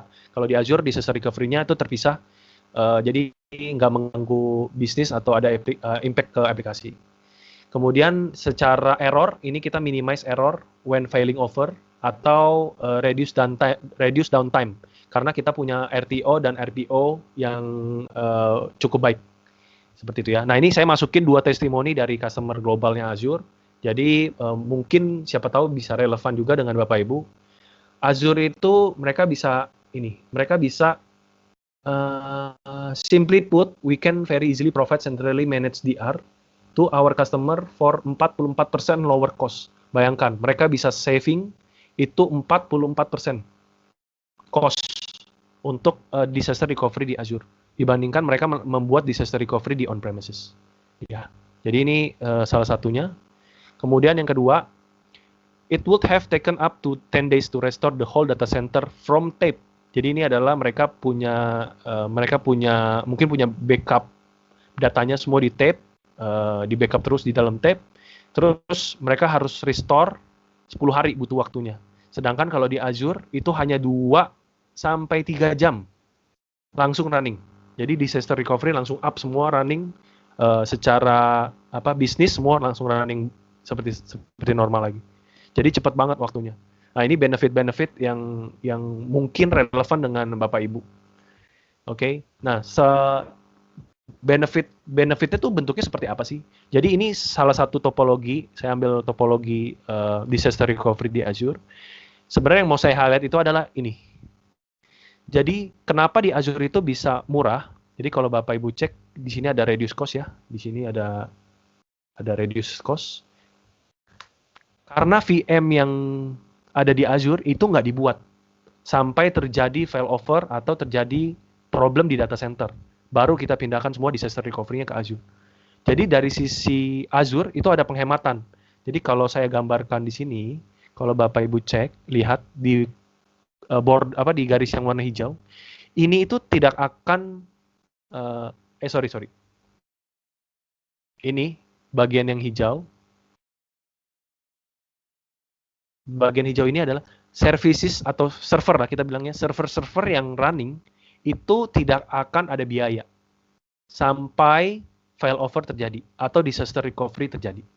Kalau tidak, ya udah jalan seperti biasa aja dan nggak perlu bayar apapun. Jadi inilah kenapa saya bilang disaster recovery on Azure ini cukup relevan dan beberapa customer kita juga udah banyak yang pakai juga untuk disaster recovery di Azure karena mereka memanfaatkan ini. Mereka nggak perlu bayar dulu di depan, nggak perlu invest besar 1:1 kalau di on-premises ya. Jadi kalau di Azure udah kita setup dulu disaster recovery. Kalau misalkan nanti terjadi disaster, baru deh kita bayar Azure. Contohnya seperti itu. Walaupun sebenarnya ada beberapa komponen yang perlu kita bayar, tapi untuk VM-VM yang berjalan itu kita nggak perlu bayar. Jadi kita udah save banyak sekali cost. Seperti yang tadi, di sini kalau Bapak Ibu cek 44% lower cost. Karena itu, karena mereka nggak perlu bayar VM-nya.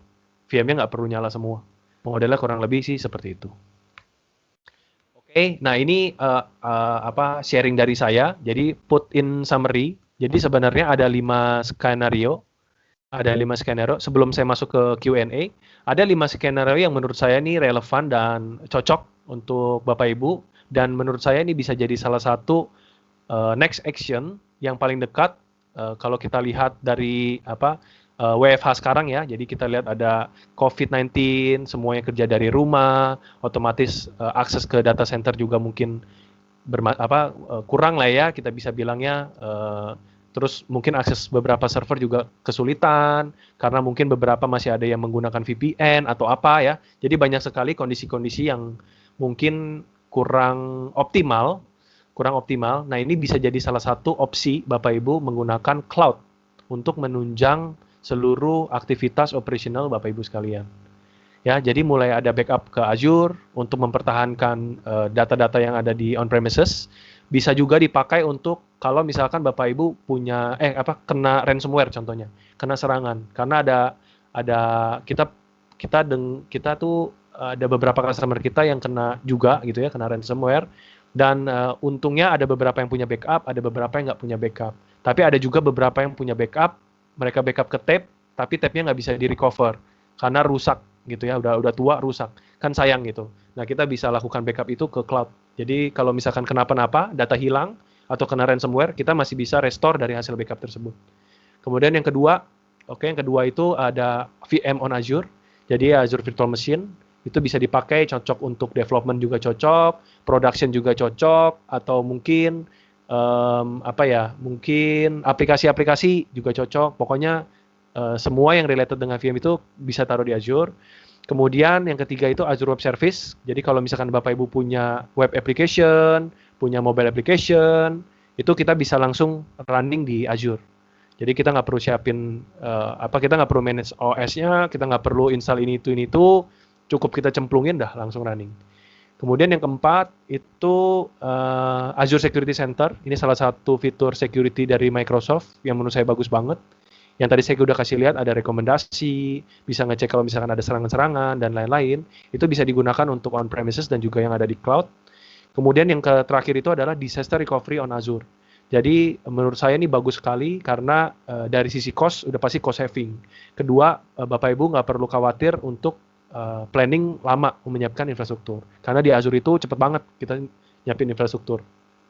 Kurang lebih seperti itu. Kita masuk ke Q&A. Oke, sepertinya belum ada yang nanya di chat lagi. Nah, ini materi dari saya sudah selesai. Kalau ada yang mau bertanya di voice, silakan Bapak Ibu buka voice-nya, kita langsung diskusi tanya jawab.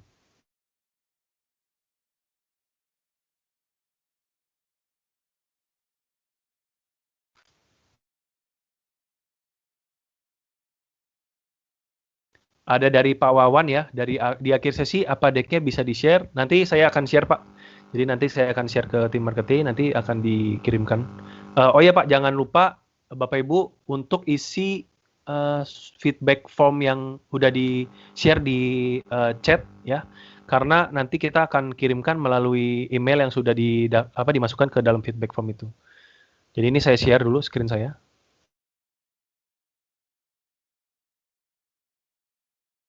Jadi di kolom chat ini ada link untuk feedback form. Jadi mohon bantuannya Bapak Ibu untuk isi feedback formnya.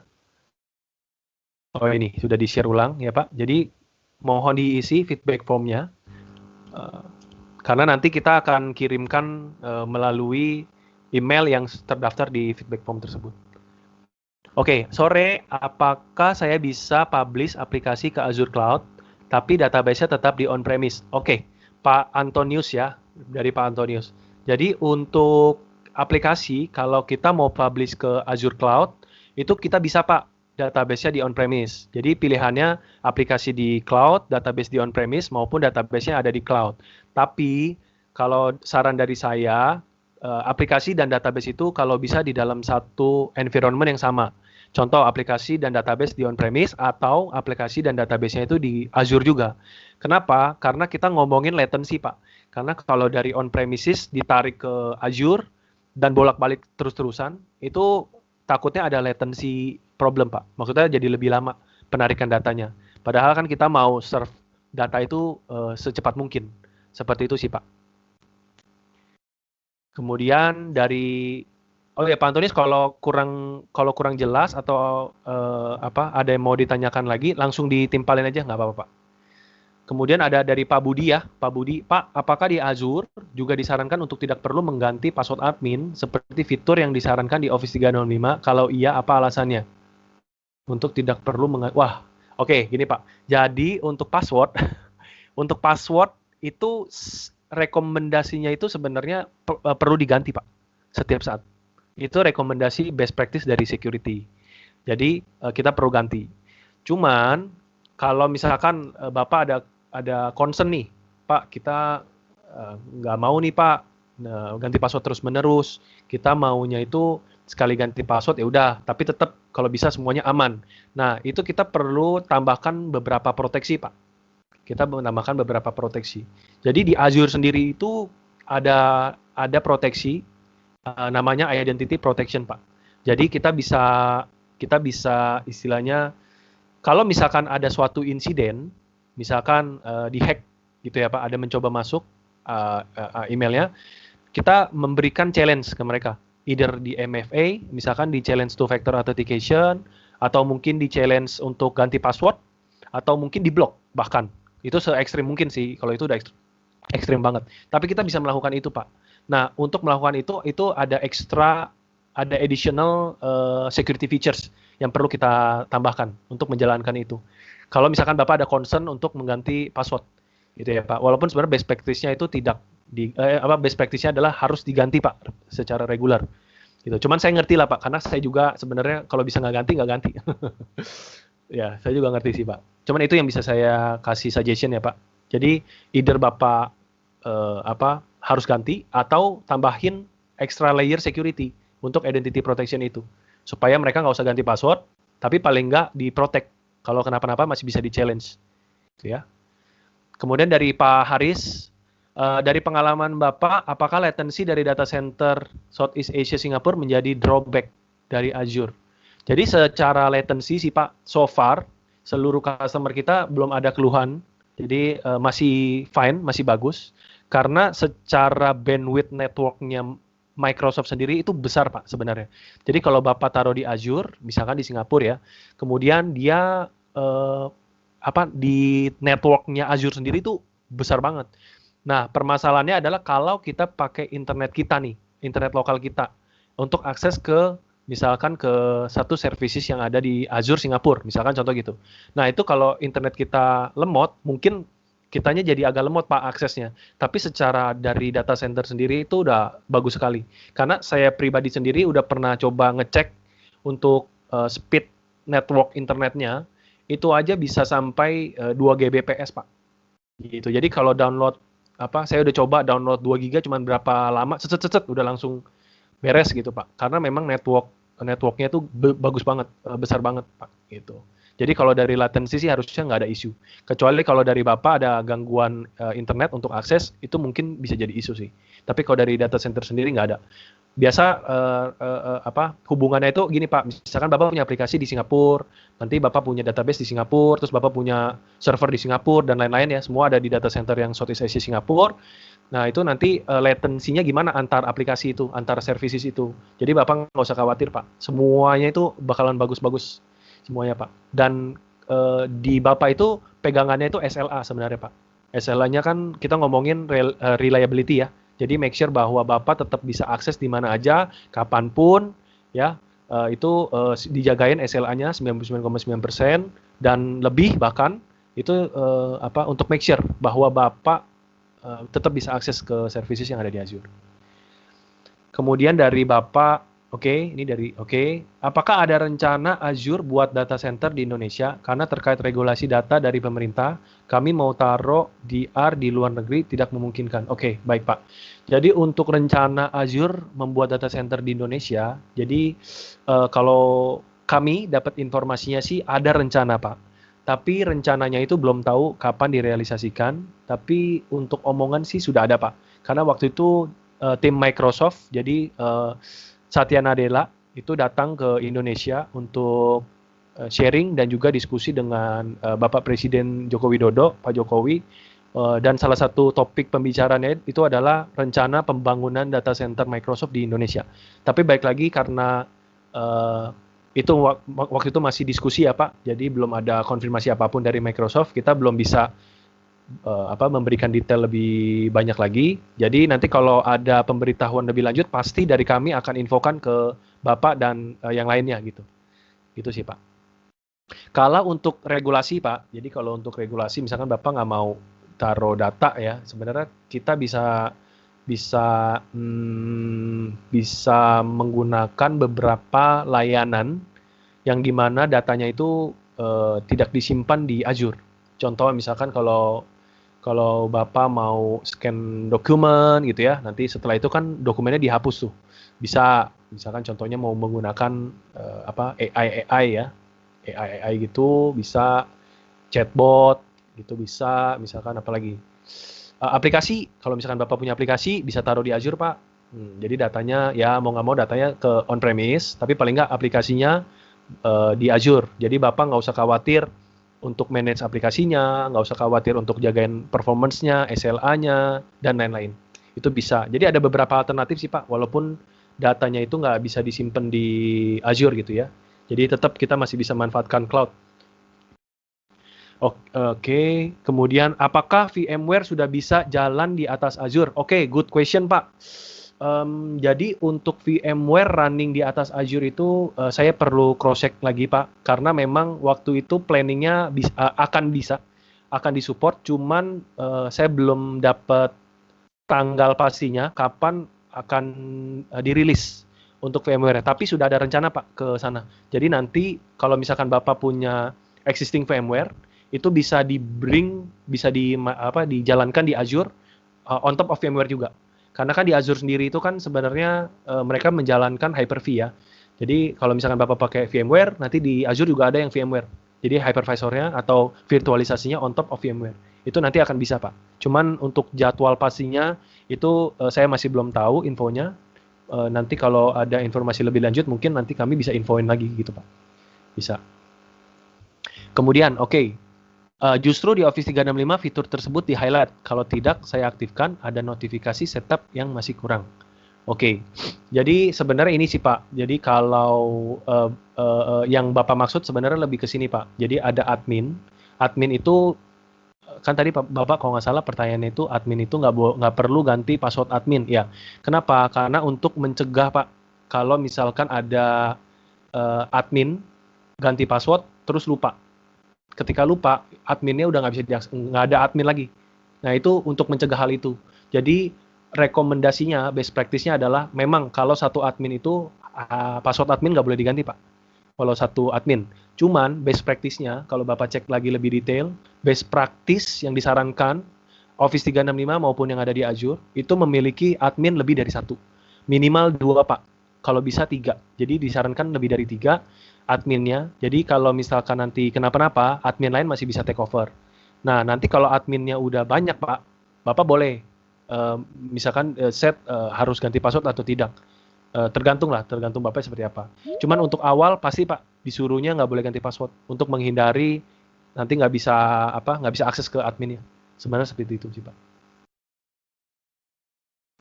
Sebenarnya maksud Bapak seperti itu. Maksud pertanyaannya lebih ke arah situ Pak maksudnya. Kayak gitu. Oke, ini dari Microsoft ada sharing juga mengenai Microsoft announce next evolution of Azure VMware Solution. Jadi kalau Bapak Ibu yang pengen tahu, pengen baca-baca mengenai VMware di Azure, itu bisa cek linknya di kolom chat ya. Bisa. Oke, semua pertanyaan sudah dijawab. Ada lagi Pak yang mau ditanyakan kira-kira? Pak, Oke, siap. boleh. Akhirnya dengar juga nih Pak. Pak, Boleh Pak, boleh Pak. Gimana Pak? kalau di saya kan kebetulan DR kita masih pakai yang on-prem, Pak. Oke Pak. Rencana kan kita memang ada rencana untuk on cloud. Nah, Oke. untuk dan sekarang ini jalannya lewat menggunakan VMware, Pak. Jadi makanya Oke. tadi pertanyaan saya pakai VMware udah jalan belum ke Azure gitu. Nah, Oh, oke. andai pun belum, cuman agak repot ya. Hmm.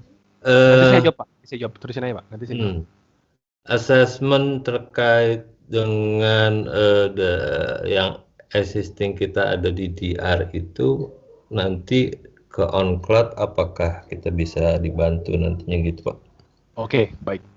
Terus Itu apa aja. lagi Pak? Oke, siap.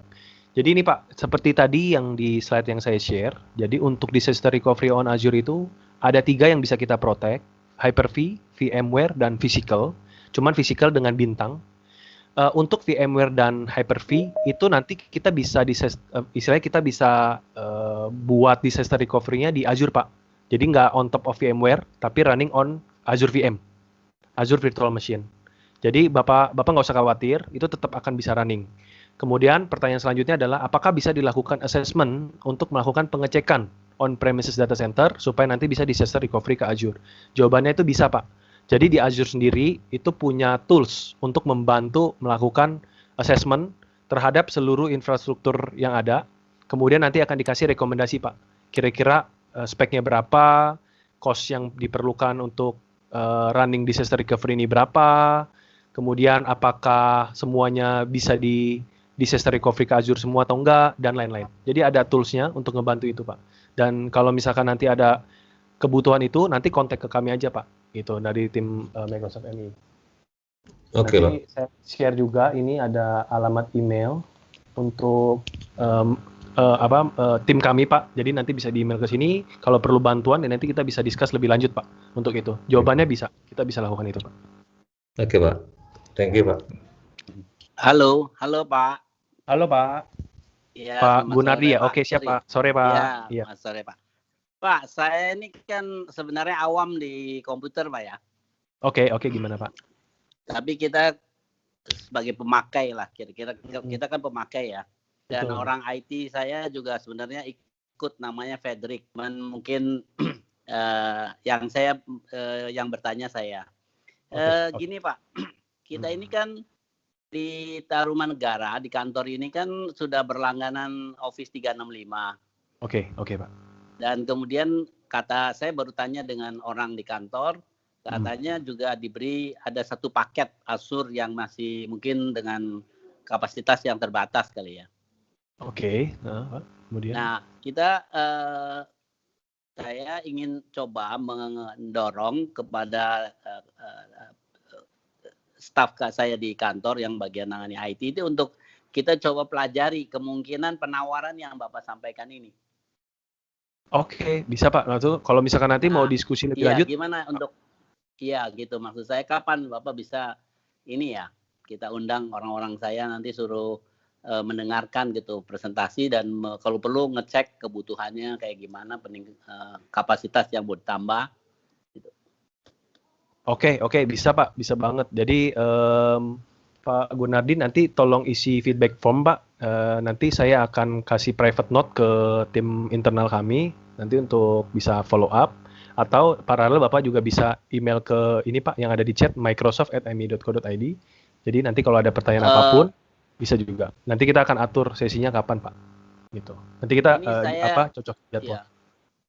Saya ini karena mungkin kemampuan terbatas, saya nyari kolom chat tadi, ternyata kolom chat saya itu nggak bisa dipakai karena saya tidak dianggapnya tidak menggunakan Teams yang dari kantor itu. Jadi nggak ada Pak. Dari tadi saya mau ngisi-ngisi juga nggak bisa. Oke. Sorry ya. Pak. Sorry. Jadi tolong dicatat dulu Pak. Boleh. Nanti kepada siapa ya. Boleh, boleh Pak. Berarti nanti saya take note Pak Gunardi ya, Pak Gunardi. Nanti saya Iya. ini Pak, elemen email di feedback form supaya nanti saya private note-nya masuk gitu Pak. Follow up emailnya sesuai lah Oh, jadi. iya, coba Pak. Nanti saya Oke, siap. kalau enggak apakah ada hubungannya sama Lucy ya? Lucy atau David gitu di Microsoft lain. Lucy atau David. Di Microsoft itu ada Lucy, ada David gitu lainnya. Mungkin Iya, beda Silakan. Pak, karena kita kan dari Mitra Integrasi Informatika. Nanti kita melalui account manager kita yang akan menghubungi Bapak. Ini dari Untar Universitas Tarumanegara Iya. bukan Pak? Iya, Iya, nanti ada betul. account manager kita akan follow up ke Pak Gunardi. Oke, makasih. Ya, oke, makasih. Thank you. Ya. Ya, thank you Pak.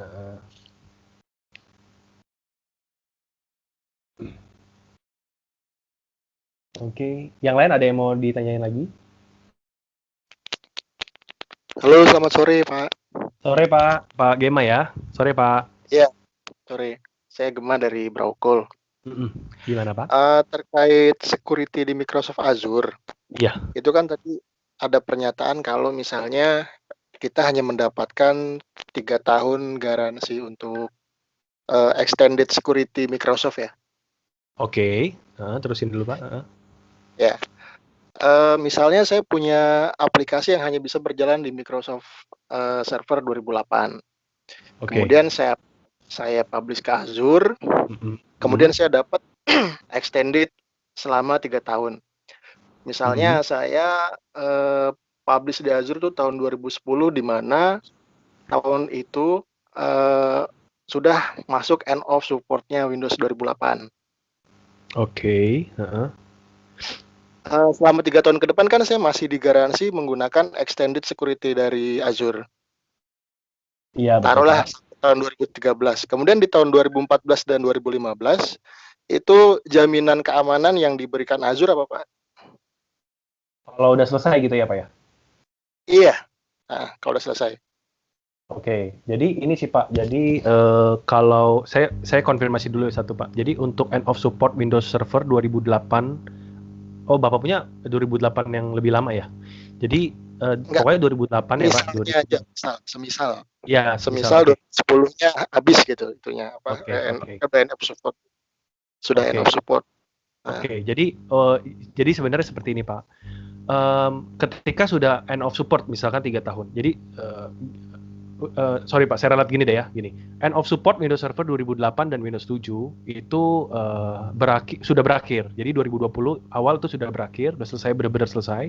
Extended Security Update itu 3 tahun, jadi terhitung 2023 atau 2023 itu sudah selesai. Bahkan Extended Security Update-nya juga akan selesai. Apa yang terjadi kalau itu sudah selesai? Kita akan bukan menyarankan sih. Itu sebenarnya kita harus memaksa Bapak untuk migrate ke Windows Server yang lebih updated, Pak. Kenapa? Karena belum tentu, honestly kita juga belum tahu apakah nanti Extended Security Update diperpanjang atau enggak. Cuman so far Extended Security Update 3 ini sebenarnya di provide Microsoft untuk membantu Bapak Ibu melakukan migrasi selama 3 tahun. Jadi Bapak Ibu nggak perlu deh bayar istilahnya kayak beli supportnya lagi 3 tahun, kemudian di migrate. Jadi ada 2 cost. Sebenarnya maksudnya Microsoft itulah kita kasih free ke Microsoft Azure, tapi nanti tetap 2008-nya di migrate ke Windows Server misalkan 2016 atau 2019. Sebenarnya itu sih Pak, message dari Microsoft. Tujuannya kasih extended security update ini supaya kasih renggang waktu lah untuk Bapak melakukan migrasi server 2008 atau Windows 7 ke server yang lebih baru. Sebenarnya itu sih Pak. Kalau tadi Bapak tanya apakah nanti masih ada atau enggak, honestly saya juga nggak tahu Pak. So far sih infonya masih 3 tahun. Nanti kita lihat seperti apa. Kalau misalkan benar-benar habis, ya berarti benar-benar udah nggak ada lagi Pak. Even extended security update udah nggak ada. Dan mau nggak mau Bapak harus migrate ke Windows Server yang lebih baru. Itu sih Pak. Oh, oke. Makasih. Iya. Jadi memang kita sarankan Pak untuk customer-customer yang masih menggunakan 2008 itu sudah mulai planning untuk melakukan migrasi ke server yang lebih baru Pak. Kenapa? Karena memang ya secara support sudah nggak ada dan server-server baru kan sebenarnya fitur-fiturnya jauh lebih banyak Pak untuk menunjang bisnis sebenarnya. Gitu. Oh ya, satu lagi Pak, boleh Iya, nggak? silakan Pak. Boleh Pak, silakan Pak. Kalau misal nih saya publish di Azure untuk server kantor, server yang kritikal lah. Oke. Misalnya ada fraud di sisi internal Microsoft sehingga database saya itu tersebar gitu. Oke. Database saya tersebar secara publik. Oke. Itu nanti secara kontraktual secara kontraktual atau klausul di kontrak Azure-nya sendiri itu gimana ya? Oke. Jadi gini Pak, pertama Microsoft itu punya policy terkait data privasi. Jadi Microsoft itu nggak akan membuka data customer ke siapapun tanpa sepersetujuan customer itu sendiri. Itu yang pertama. Jadi itu ada statement Pak tertulis dari Microsoft. Jadi Bapak nggak usah khawatir datanya disebarluaskan. Nah, yang biasa terjadi itu adalah kebocoran data yang disebabkan oleh kesalahan konfigurasi. Contoh, misalkan Bapak punya database-nya Bapak kasih permission ke tim Bapak, mungkin sebagai admin, dan ternyata username password-nya mungkin dia tulis sembarangan. Contoh, misalkan. Privilege roles-nya aksesnya dikasih sebagai admin. Berarti siapapun boleh melakukan apapun di dalam database itu. Jadi yang sering terjadi itu seperti itu, Pak. Dari sisi Microsoft sendiri sih belum pernah ada insiden apapun, karena itu adalah bentuk komitmen dari Microsoft untuk state bahwa data customer nggak akan dibuka. Seperti itu sih Pak, kurang lebih. Jadi yang perlu di make sure itu lebih ke sisi konfigurasi atau hak akses yang diberikan. Ya, artinya saya misalnya dari sisi klien sudah terlindungi sama kontraknya itu kan ya? Yes, betul Pak, betul. Oke.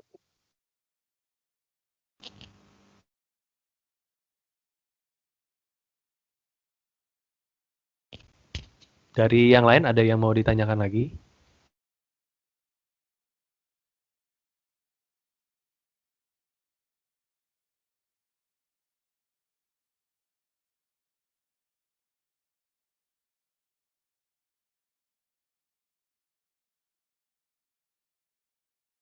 Kira-kira ada yang mau ditanyakan lagi Pak? Saya tunggu sampai 1 menit lagi deh. Biar pas 3.50. Saya lagi deh Pak. Boleh, siap. Silakan Pak. Enggak, satu aja. Ini kan sebenarnya webinar ini kan masuk ke dalam KPI perusahaan. Jadi dalam 1 tahun tuh saya harus cari training. Oke Pak, siap.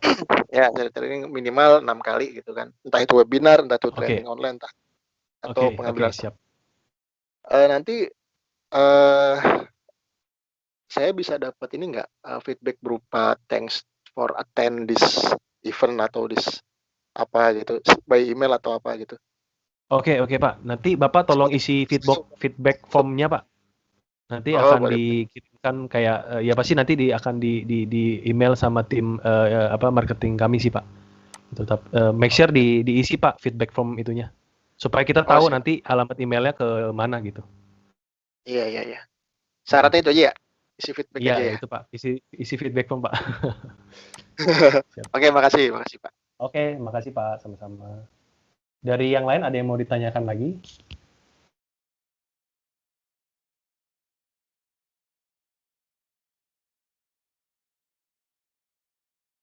Oke, saya rasa cukup ya. Jadi kalau misalkan nanti dari Bapak Ibu masih ada yang mau ditanyakan, itu bisa ditanyakan ke bisa tanyakan ke kami melalui microsoft@mi.co.id. Karena ada beberapa user nggak bisa buka kolom chat, jadi bisa diakses ke microsoft@mii.co.id untuk pertanyaan lanjutan, ataupun kalau misalkan perlu diskusi lebih lanjut, kita bisa atur sesi tanya jawabnya. Seperti itu ya. Demikian presentasi dari saya, sharing dari saya. Mudah-mudahan bermanfaat buat Bapak Ibu semua. Mohon maaf kalau misalkan ada kata-kata yang kurang tepat, kurang pas. Dan selamat sore. Terima kasih. Ya, terima kasih Pak. Selamat sore. Terima kasih.